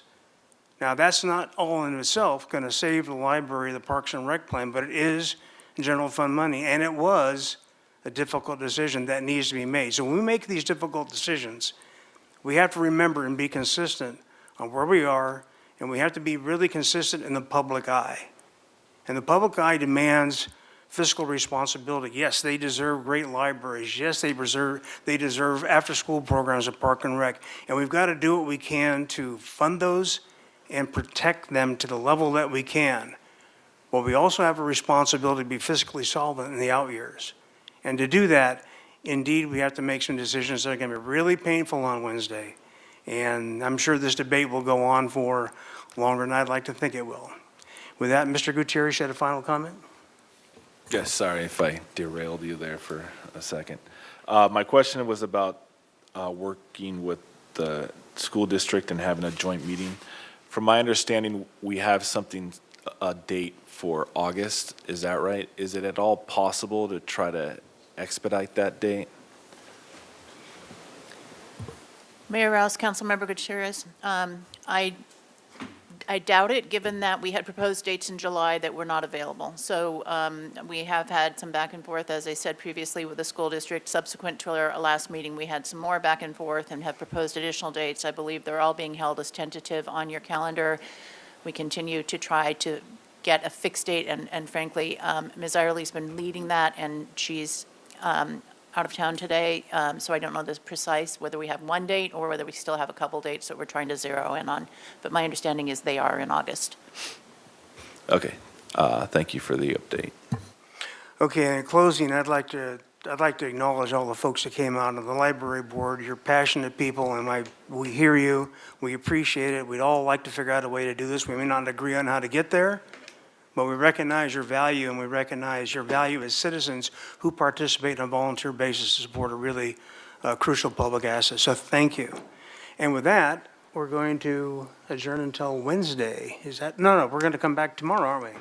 Why Yes, not? Let's come back Yes, tomorrow. Mayor Rouse, you have a special meeting in the morning tomorrow morning. That's right, we have that tomorrow. All right, we'll see you then. Thank you, Mr. DeMartini and staff.